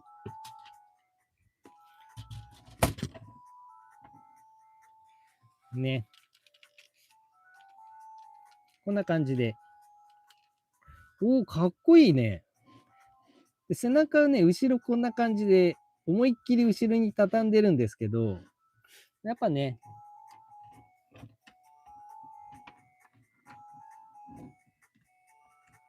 体がね、結構細身なんで、うん、横に満額開いちゃうと、なんかこうね、翼のシルエットばっかりが目立っちゃうんですけど、こうやって畳んどくと、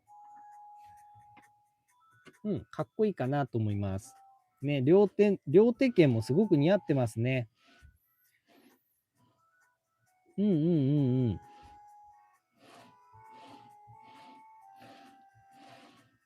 なかなかかっこいいと思います。トランスフォーマーとして、うん。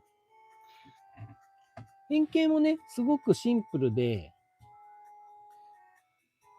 シンプルなんですけど、うん、ちゃんと白頭足から人型にパッと変形できたっていう感じだし、変形した後もね、すごくかっこいいんで、これもいいですね。スカイワープも非常に素晴らしい。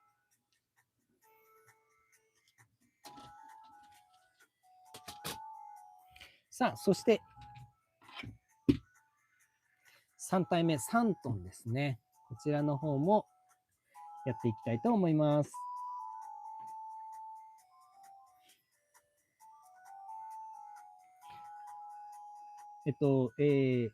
山中ゆかさん、ジェットマンに似ています。かっこいいですね。ああ、確かに。白頭足だからね。ジェットマン、ジェットマンっぽいですね。確かに。頭もわし型の頭だしね。さあ、そして3体目はサントンですね。こちらは、変形させますと、あれですね。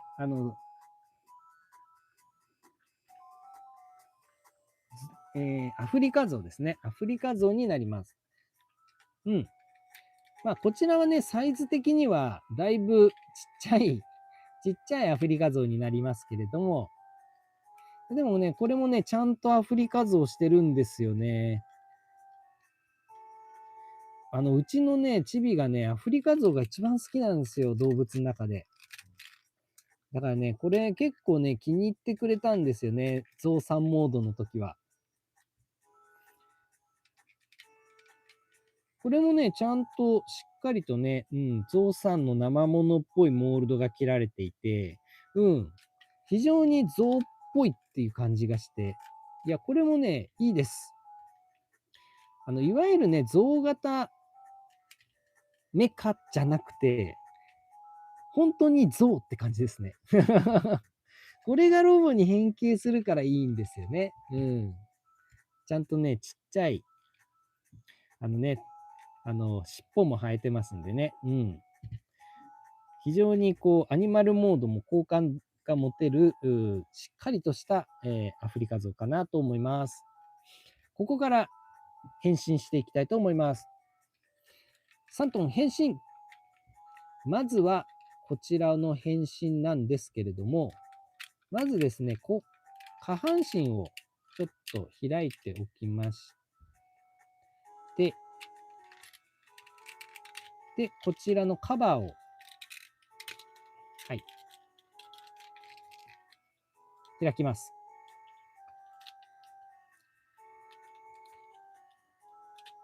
はい、そうしましたら、足をぐるっと後ろに回して尻尾を畳んでおきます。これが下半身になるわけですね。うん。面白いですね。中のモールドでこんな、なんかメカみたいなね、コードとか、そのね、なんか装置みたいなののモールドが切られています。ね、これ先ほどの生な感じの質感とはまた対照的にね、内面にはメカっぽいモールドがついてるっていうのもなかなか面白いですね。はい、そうしましたら、今度はゾウさんの頭を2つ割りにします。よいしょ。はい、ゾウさんの頭を2つ割りにします。はい、そうしましたら、今度ですね、中の角と頭は別なんですね。こんな感じで分けておきます。でそうしましたら、このボディの両側のカバーのパーツを下に下げます。こちらも下げます。はい。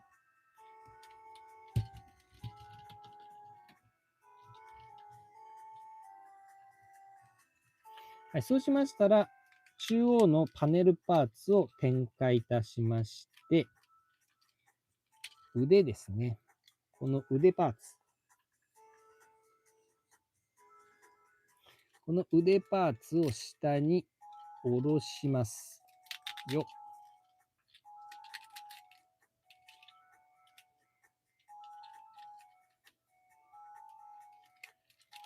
こっちか。こうですね。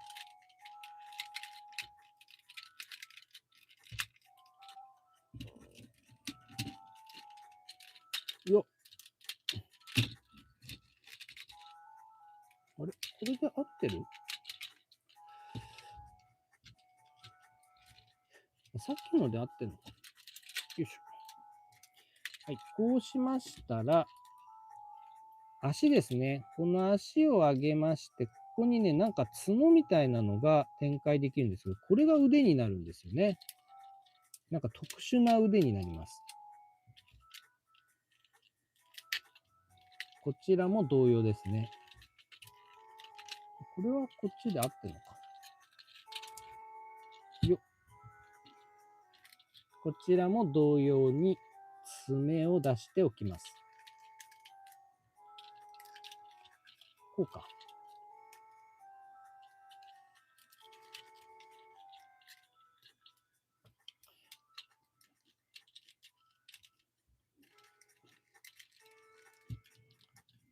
はい。そうしましたら、ゾウさんの頭を後ろ側に持っていきまして、で、角の後ろに大砲がですね、砲台が隠されているので、これ展開して、こうですね。こんな感じで、ゾウさんの開きを背中に持ってきます。そうしましたら、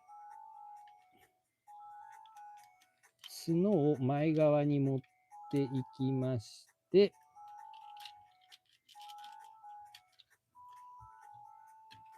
さあ、これで完成。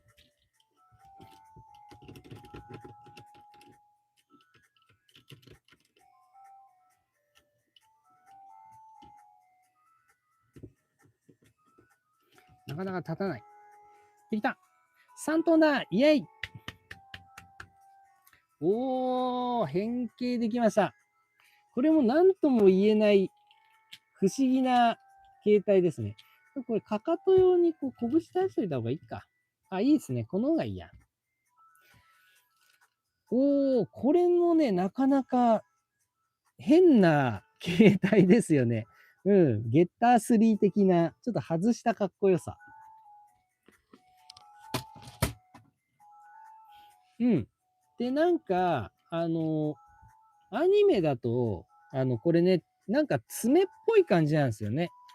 爪を両側でこうやって、疑似的な手みたいな感じになってるんですけど、玩具ではなんだかよくわかんない角みたいなのが、はい、腕になってる感じですかね。うん。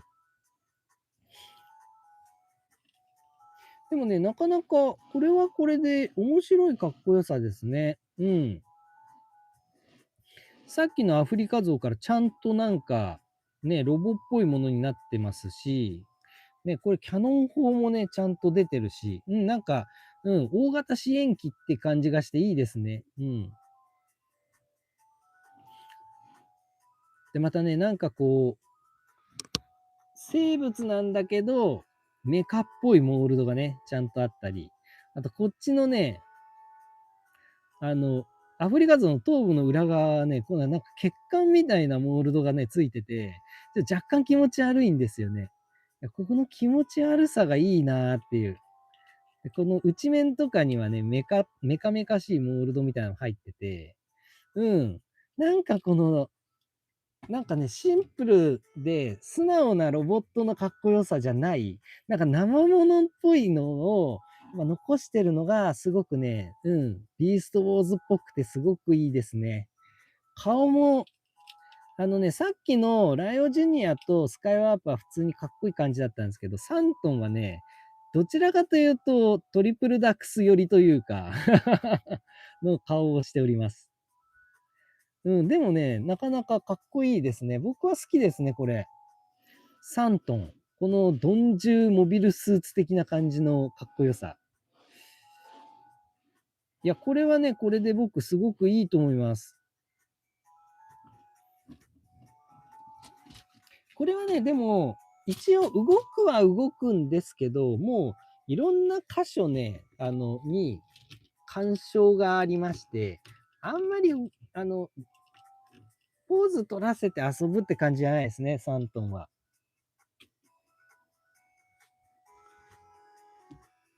はい、これで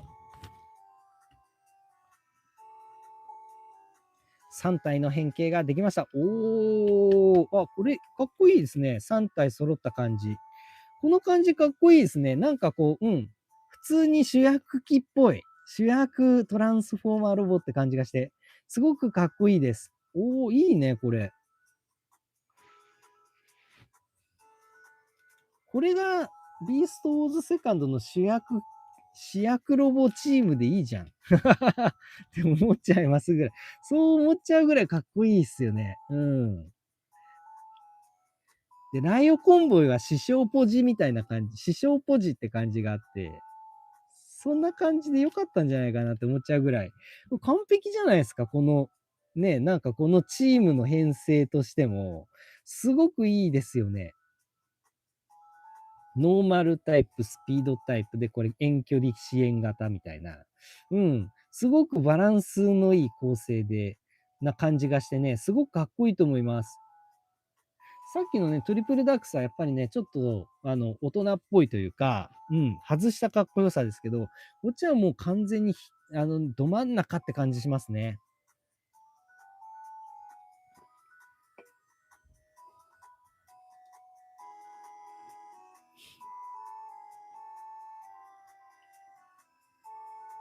山中幸雄さん、確かにかっこいいですね。なるほど。パワー型ですね。いや、もうほんとね、これね、結構ね、正直、僕、ビーストウォーズそこまで、詳しくないんで、通ってもなかったんで、あれなんですけど、だからね、まあ、ちょっと外した感じのかっこよさだね、ぐらいにしか思ってなかったんですよ。さっきのトリプルダックスもしかり。いや、だけどね、今日改めてちょっとね、生配信するにしかり、しげしげとね、眺めながらですね、変形とか合体とか噛み締めてたりしたら、いや、これはめちゃくちゃいいものですね。かっこいいです。なんか、今、改めてなんかかっこよさを再確認してる感じがしますね、今。うん。3トンにしかり、さっきのトリプルダックスにしかり、うん。なんかどんどん僕の中で評価が上がってます、今日。今日は上がってます、今日。そんぐらい、これちょっとやばいな。めちゃくちゃ僕の中でビーストウォーズの、評価がめちゃくちゃ上がってます。ということでですね、ちょっとこれからメインディッシュのマグナボス合体させていきたいと思います。まずは、そうですね。まずは、ライオジュニアの方から合体準備の方をしていきたいと思います。はい、こちらですね。まず武器を取り外しておきます。で、そうしましたら、全部のカバーを開きまして、で、足を伸ばしておきます。で、そうしましたら、ライオン頭部を起こしまして、ライオンジュニアの頭部を中に入れます。で、そうしましたら、これくるっと回転して前を向かしておきます。こうか。こっちですね。失礼。で、こちらを畳んで、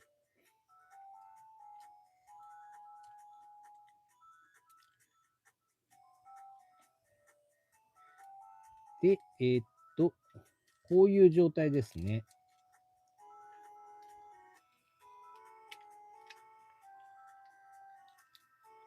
で、足を中に入れ込んでおきます。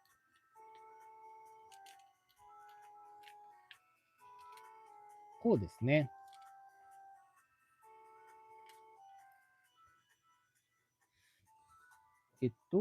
そうですね、確か。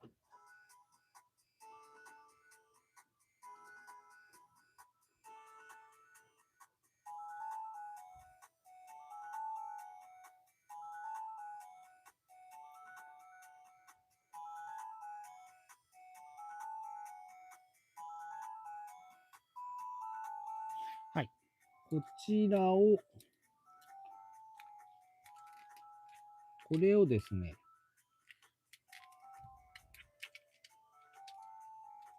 こっちだ。失礼。こっちです。こうです。こんな感じにまとめておいて、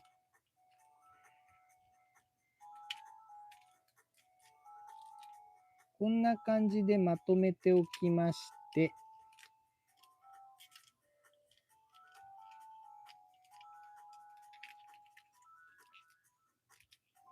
よっ。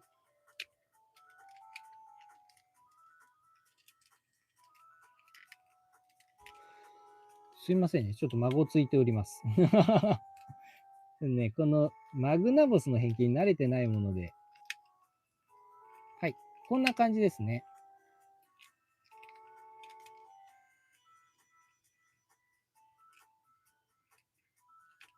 近っ。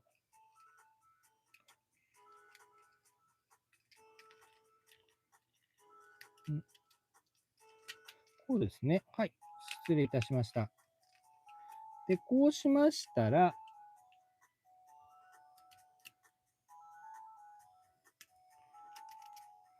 足を内面に畳んでいきます。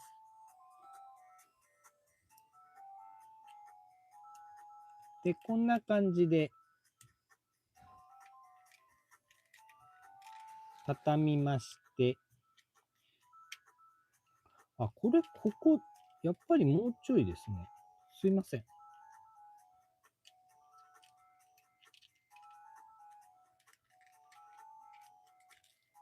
こうだよね。ん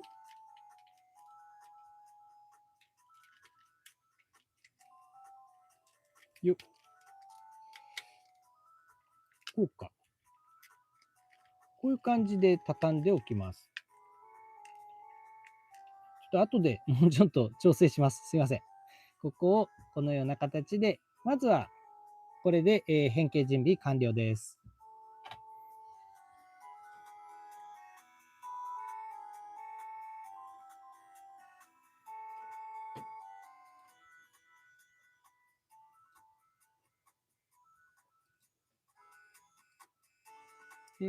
それでお次が、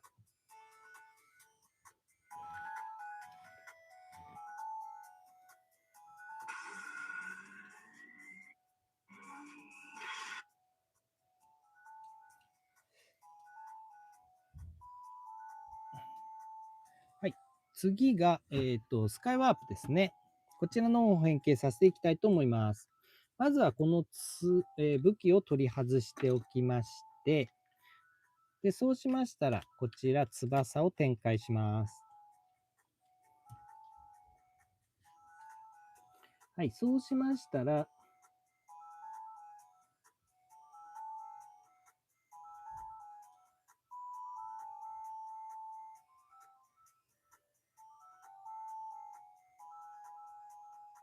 ごめんなさい。こうか。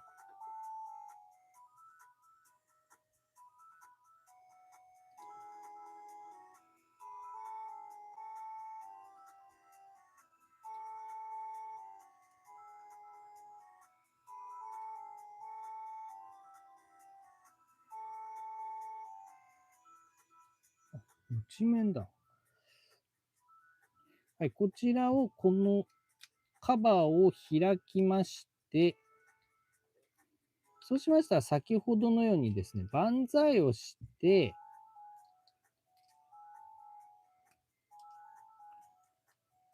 このまま後ろに入れ込んでいきます。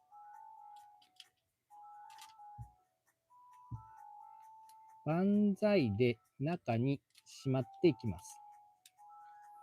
はい。こんな感じですね。よっ。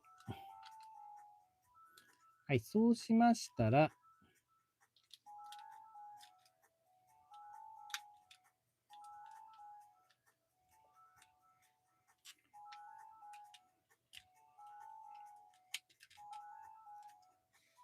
はい、こんな感じにしまして、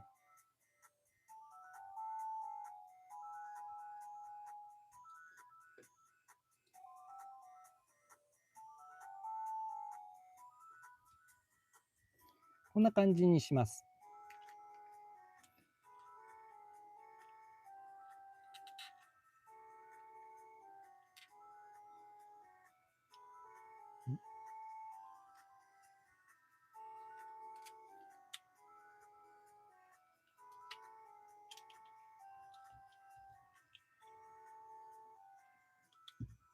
はいはいはい。で、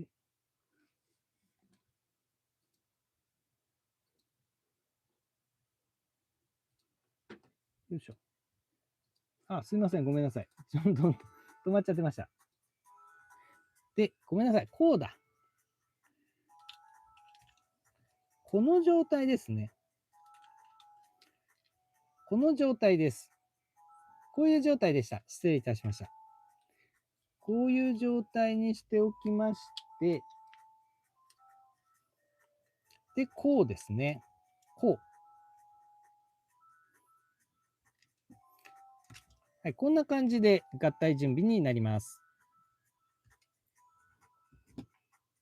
そしてそうしましたら今度は3トンですね。こちらの方は砲台を取り外しまして、はい、そうしましたら上の角を上げておきます。で、耳を畳みまして、そのまま万歳をします。よっ。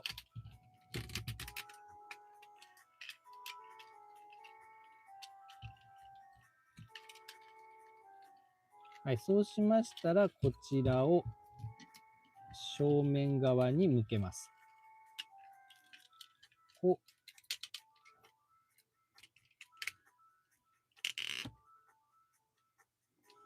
こうですね。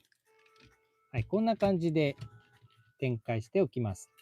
でそうしましたら、上半身のパネルを展開しまして、これがガラットのようにぐるりんぱとなります。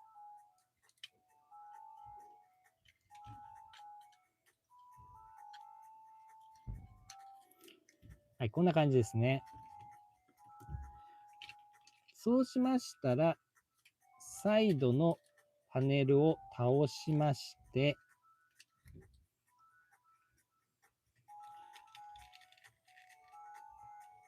こちらの足の方をぐるっと回転。ちょっと見えにくかったですね。ごめんなさい。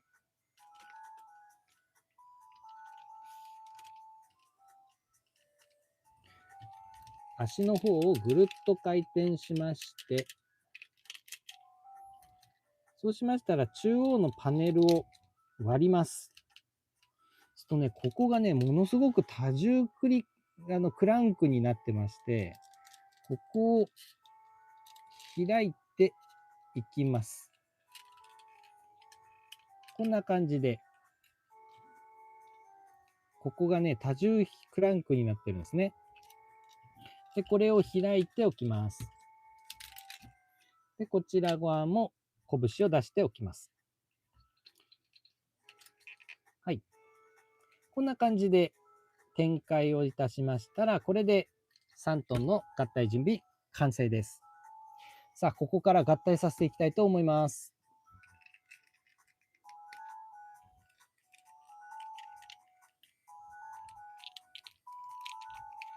こうか。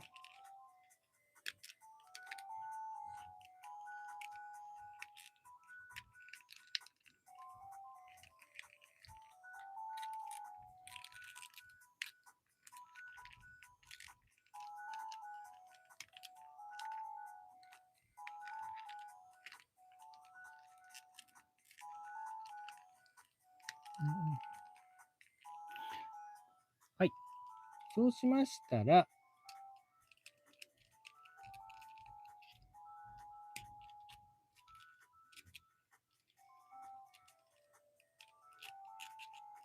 感じかな。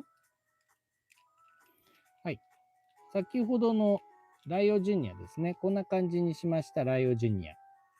で、このジュニアを、このスカイワープの両脇で、はい、挟み込みます。この際、このジョイントとこのジョイントでくっつけます。よっ、合体。こちらも同様ですね。このジョイントとこのジョイントで合体させます。合体。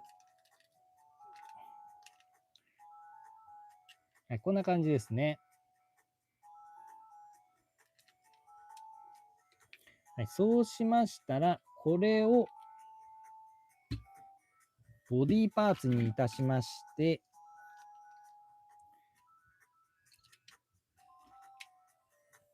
こちらを3トンに合体させていきます。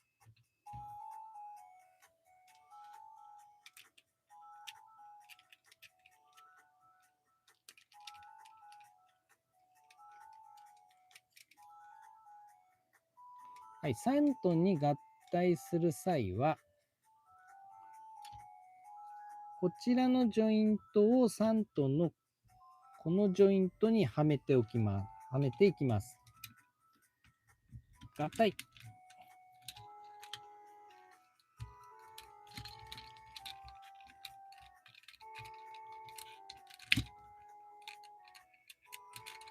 よっ。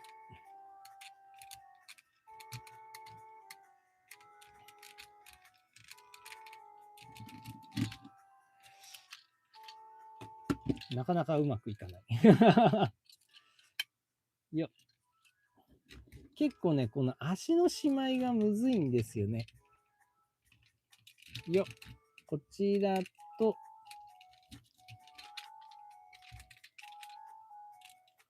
こちらに合体させていきます。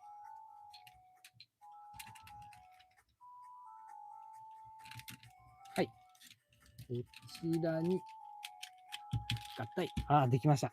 はい、合体させました。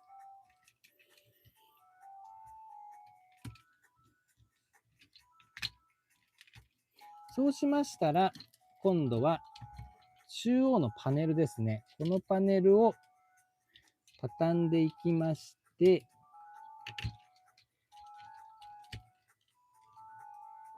今度は両サイドから挟み込んでいきます。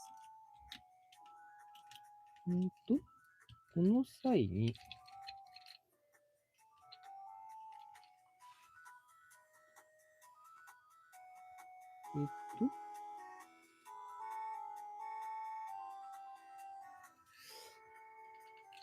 あ、これ、後ろ側に行くのか。ごめんなさい。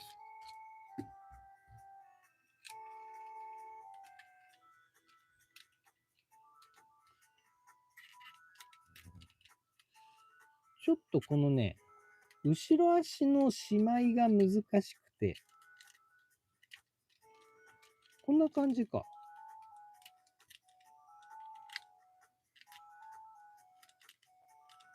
そうですね。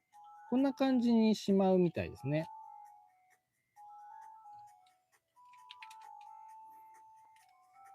で、ここで、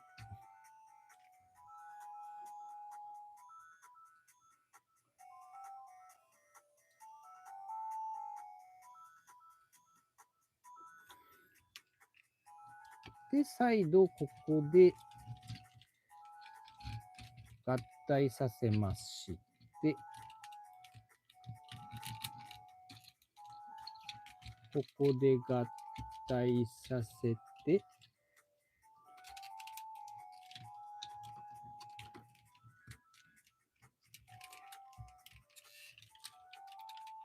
はははは。これ、なかなかうまいことはまらないよ。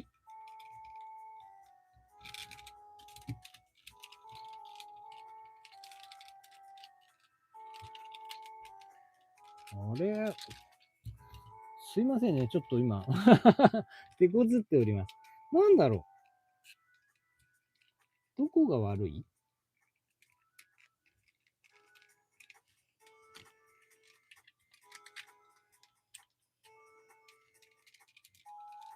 はい。これで、結局これがこうなった時に、ここで合体しなきゃいけないんですけど、ここがね、干渉するんですよね。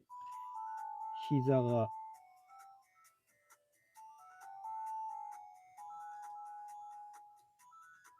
でも膝ここにあっていいんですよね。うん。ここで合ってるんですよね。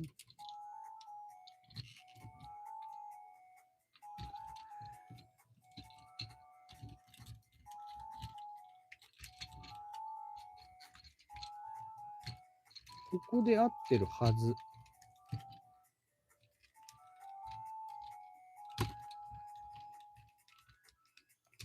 で、ここでこんな感じで、カチッと合体できるはずなんですけど、どういうこっちゃ。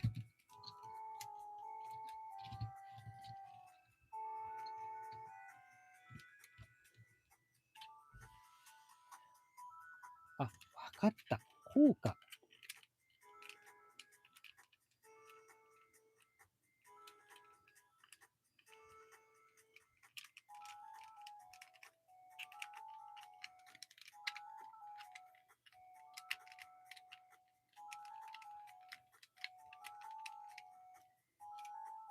こうじゃん。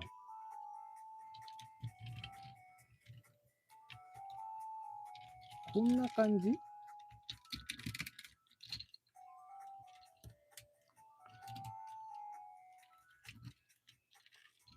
こんな感じで、こうして、ここでこうだ。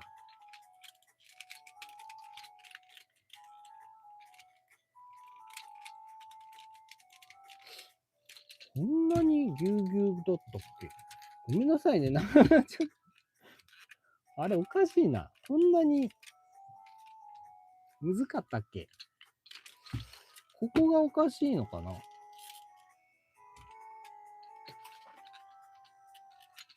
ここで合体させて、ここで合体。これでいいか。これで合体させまして、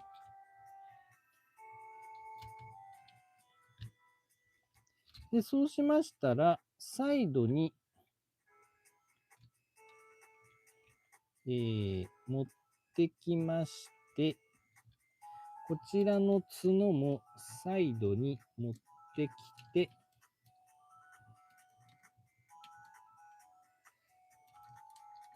最後、なんとなく整えまして、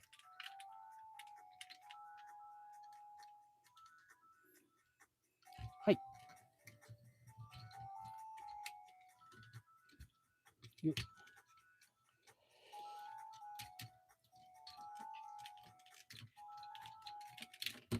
さあ、これで完成。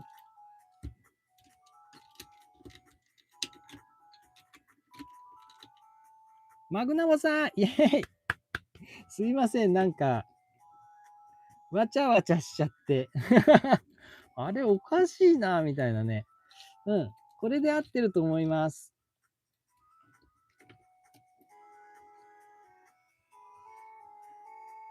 これで合っているはず。はい。ということで、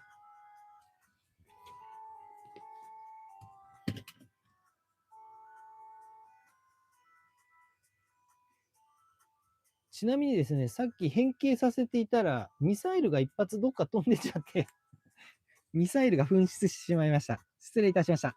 はい。ということで、マグナモス、完成だイェイ。いやー、これ、過去一、わちゃわちゃしちゃいましたね。ということで、こちら、マグナボスでございます。それで、こちらですね。こちらを、の武器なんですけれども、こんな感じで、展開しましたら、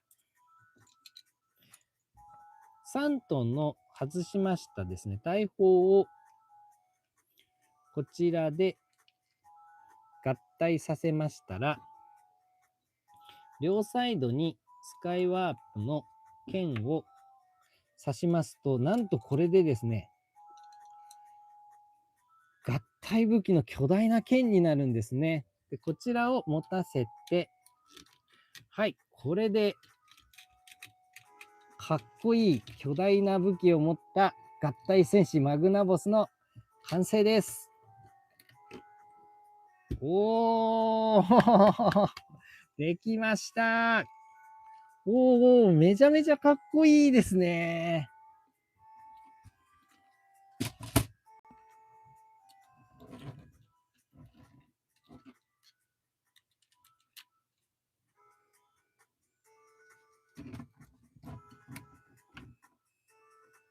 はい、こんな感じです。おー。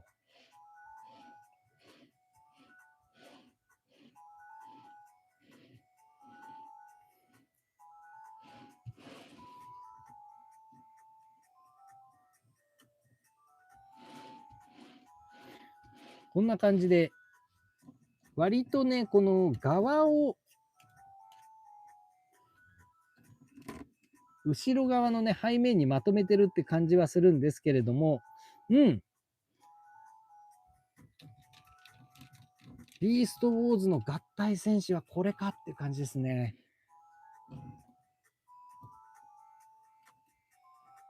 すごくかっこいいヒロイックなロボになっていると思います。うん。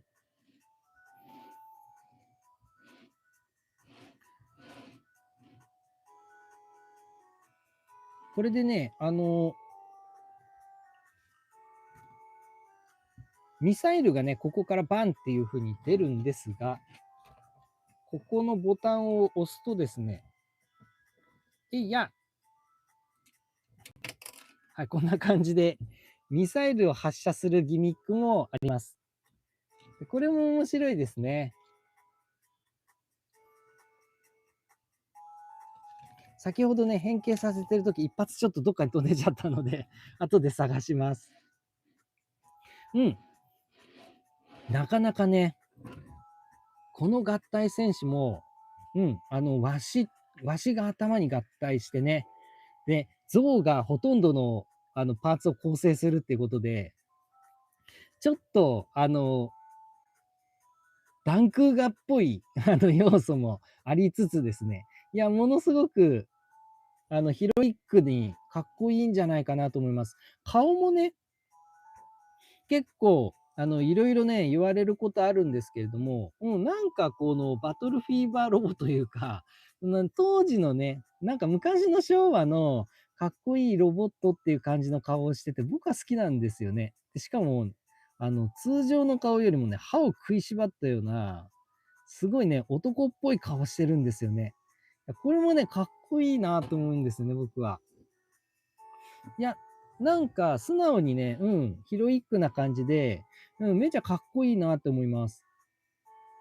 ただ、やっぱりね、よく言われるんですけど、僕もね、すごく思うんですが、これかっこいいんだけどさ、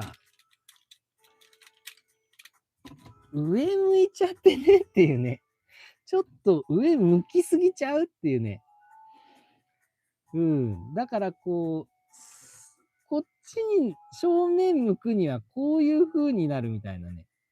ずーっと飛行ポーズ取ってるみたいな、そんな感じのね、上向き加減っぷりがすごいんですよね。これがデフォなんですよ。ちょっとこれだけ、すごい残念なんですよね。なので、今回のメインディッシュは、このマグナボスの上向いちゃってる問題を、なんとかして解決したいと思います。イェーイ。はい。ということで、今回はですね、マグナボスをちょっといじくって、前を向かせようっていうのがテーマでございました。これをやりたいがためにずっとぶつくさやってたわけですね。すいません。ちょっとね、マグナボスの変形僕が慣れてなくて、わちゃっちゃなんですけど、わちゃわちゃしちゃったんですけれども。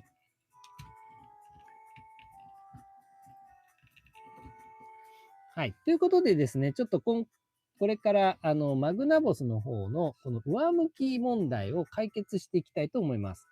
で、まずどうするかって言いますと、先ほどね、苦労してくっつけました、この合体をすべて外します。こちらの接続も外しておきます。はい、そうしましたら、スカイワープとサントンの方を合体させます。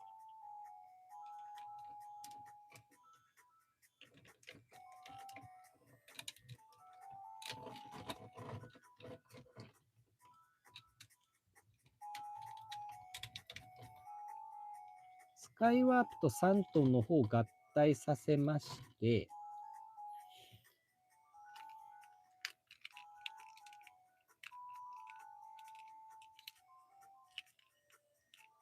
で、このライオジュニアの方の接続はあえて外しちゃいます。そんで、何も接続しないままに中に放り込んでいきます。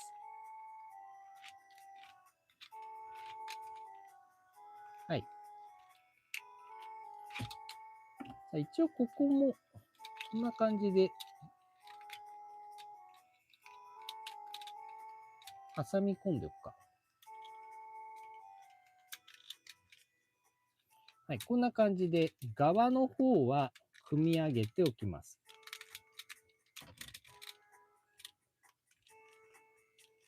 側の方はこれで合体させておいて、中にライオジュニアの方を突っ込んでいきます。はい、こんな状態ですね。特段ライオジュニアの方は何かにこう接続している合体ってわけじゃないんですけれども、はい、こうすることで、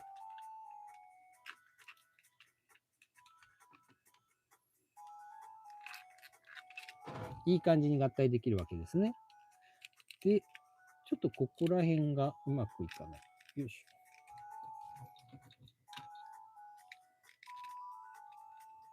で、足の方を背中側の方に逃がしておきまして、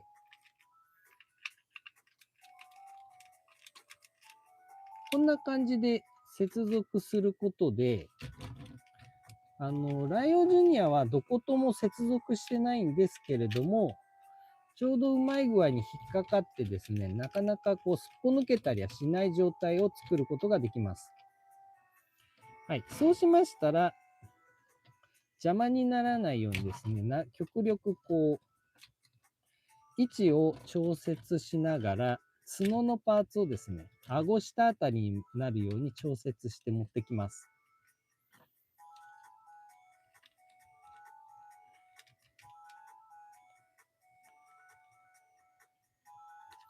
こんな感じですね。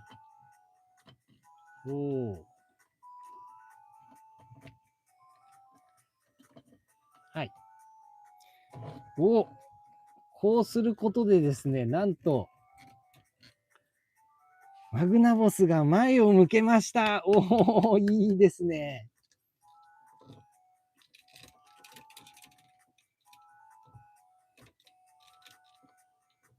ちゃんとしっかりと前を向いております。かっちょいい。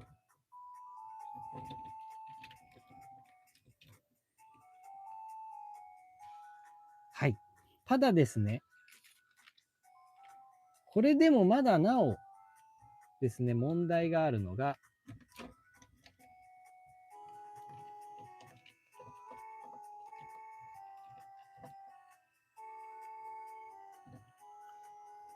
頭部ですね。今度このワシちゃんの頭部が今度前に届かないわけです、これだと。で、ちょっとですね、これは自己責任なんですけど、ワシちゃんのね、ここのパーツ、ここをですね、なんとこのように外してしまいます。で、これを冠パーツとしてね、かぶせようと思うんですけれども、このね、かぶせる際に、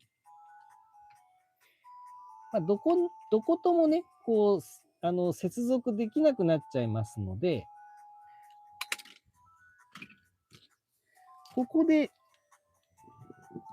当チャンネルの伝統的な輪ゴム、これを使わせてもらいたいと思います。この輪ゴムをですね、こんな感じで引っ掛けて、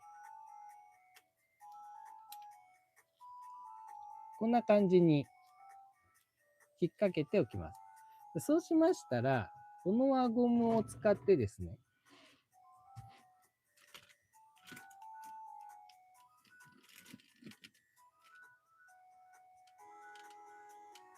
この頭部のこの突起、この突起に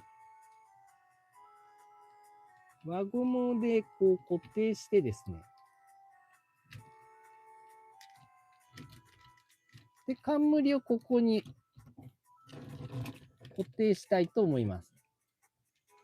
で、そうすることでですね、なんと、ほら、ここにね、バッチリの位置で固定することができるんですね。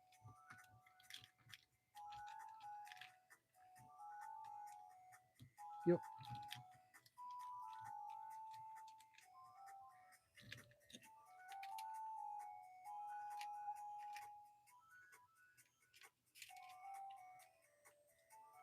はい、こんな感じで、いい感じの位置に冠をつけることができました。ね、ちょっと、ね。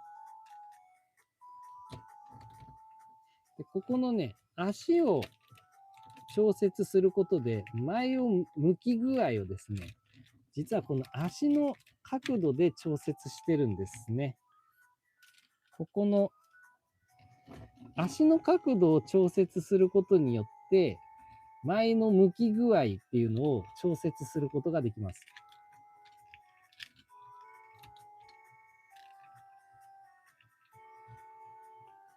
こんなもんかな。はい。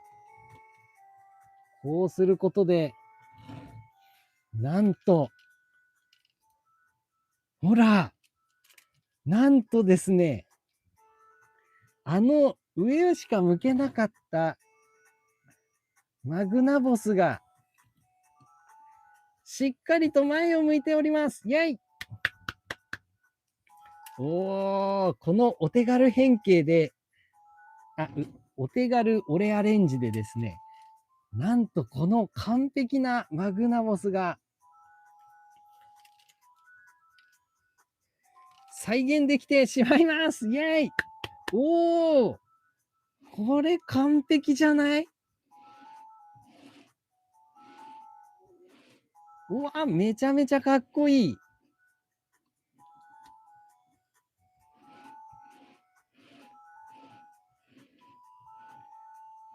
おー、いいですね、いいですね。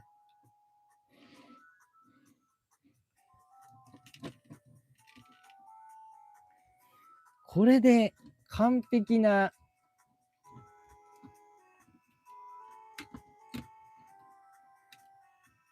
マグナボスを作ることができました。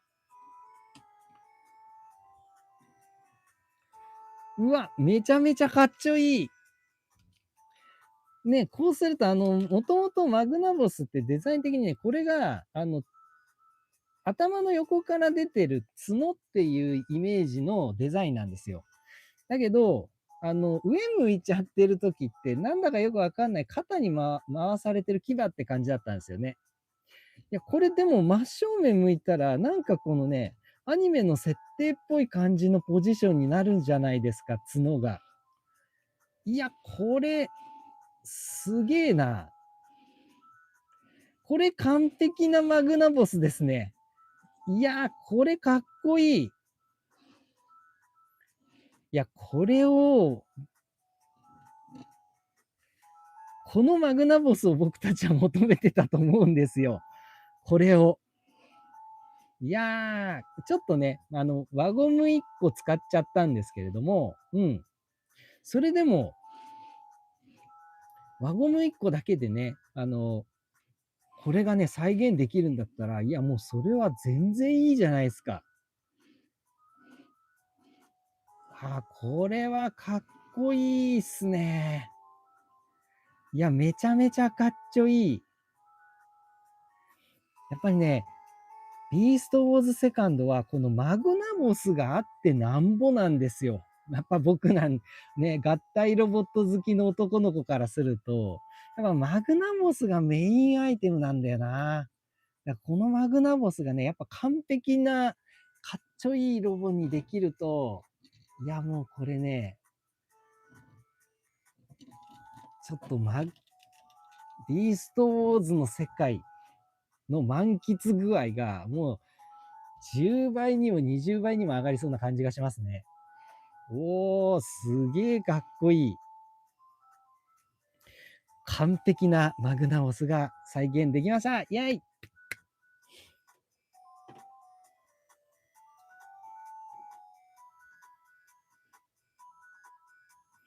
と、スネマさん、おー、サバンナ感マシマシでいいですね。かっこいい。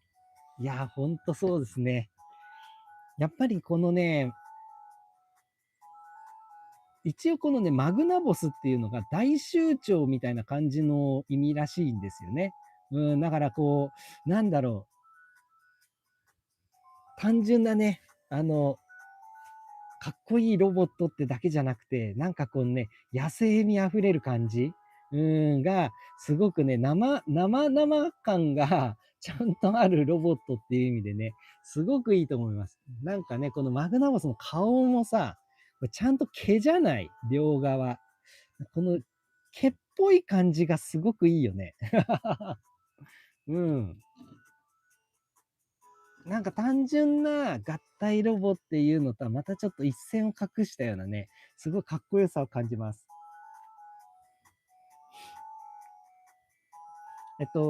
ケイタさん、ほんと合体武器含めてかっこいいな。いや、ほんとそうっすね。いや、これね、本当に生々しい動物たちの中に組み込まれていたとは思えないぐらいね、ちゃんとした大ぶりな剣なんですよね。ね、合体ロボになって、なお、ちょうどいいサイズの武器を、で、しかもね、変に細すぎないし、うん、ちゃんとした武器として持ててるっていうのがすごいいいですね。めちゃめちゃかっこいいです。余剰パーツなしっていうのがいいですね。この武器含めて余剰パーツなしです。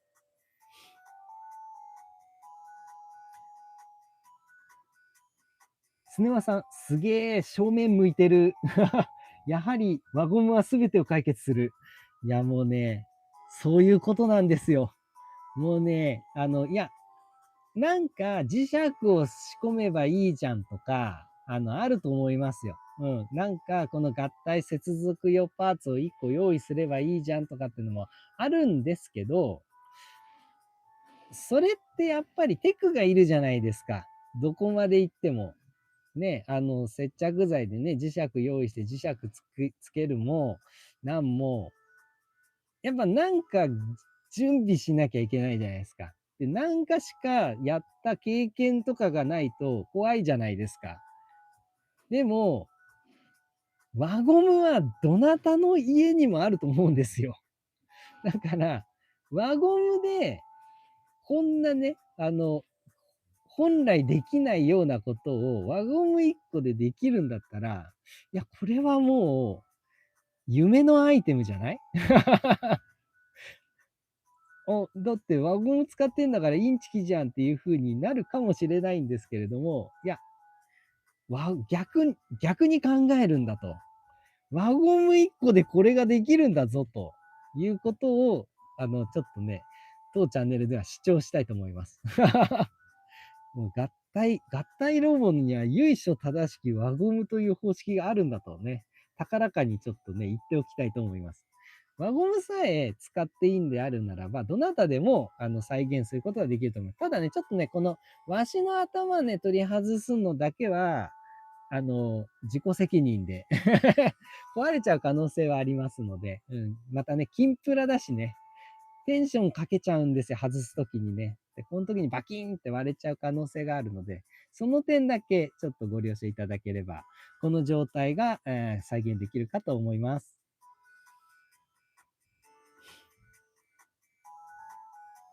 ケイタさん、かっこいい。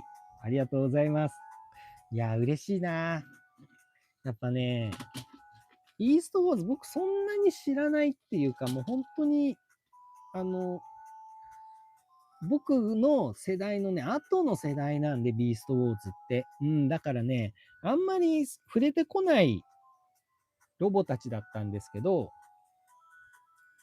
いやでもね、で、結構この子供たちに、ロボットをね、普及させるために、いろんなね、感性をちょっとつついて、どれが、いい、ロボット玩具好きになるかなっていう、テストのためにね、結構いろいろ用意してたんですよ。なんでね、僕自身があんまり触れてないロボットだったんで、どうかななんていうふうに思いながら、触っていたものだったんですけれども、だからね、今回、割と生配信のためにですね、ちょっと一生懸命いろいろ調整したりですね、やりましたり、あとはね、このマグナボスを正面向かすためのね、努力だとか、アイディアを絞ってですね、いろいろやったんですけれども、これやることでね、なんか、ビーストウォーズめちゃくちゃ好きになりましたね。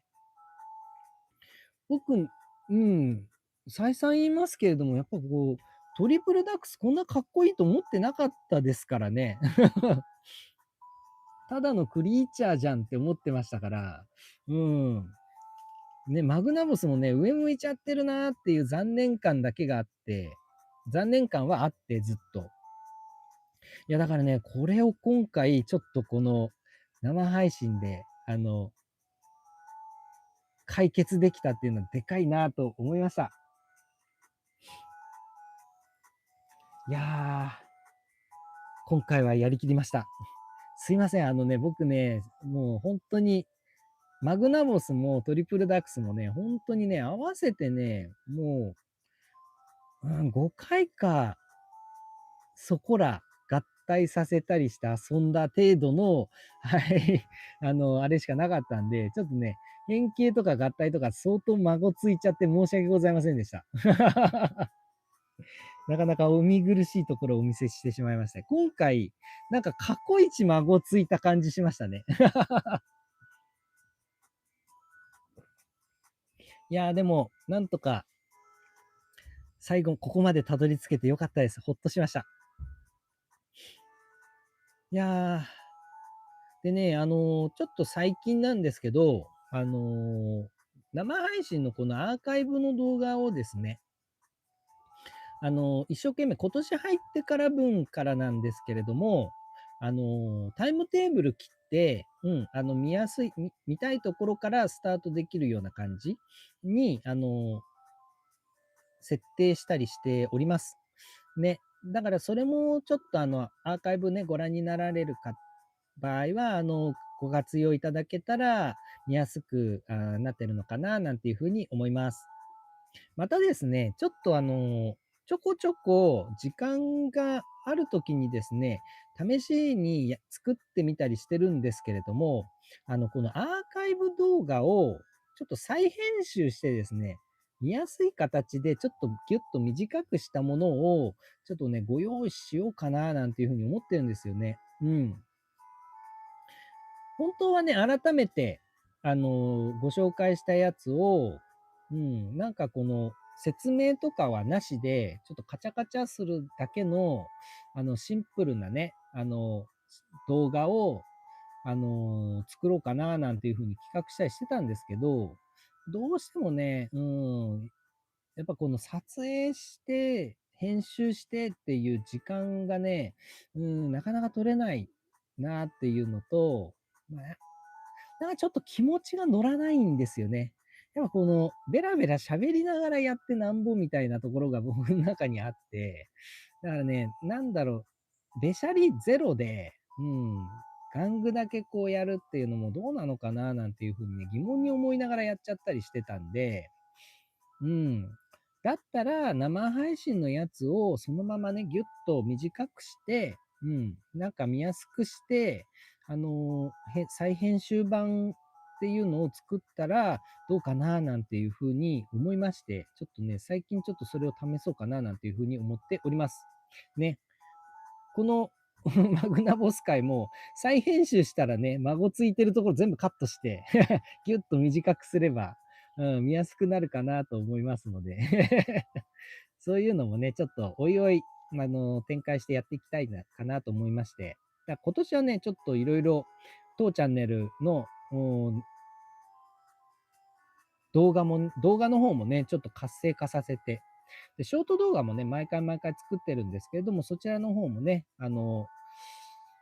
一生懸命精力的に作りながら展開していきたいかな、なんていうふうに思いますので、タイムラインに流れてきましたら、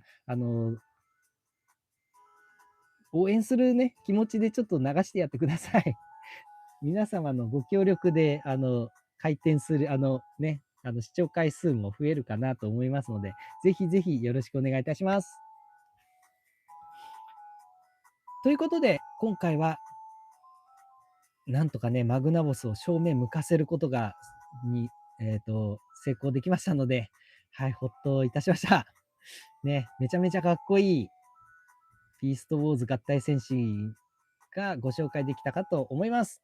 またね、来週は、いくつか候補がありましてですね、どれにしようかななんていつも悩んでるんですけれども、来週も楽しい企画をね、ご用意いたしまして、同じ時間に、生配信していきたいと思いますので、ぜひぜひご参加の方よろしくお願いいたします。それでは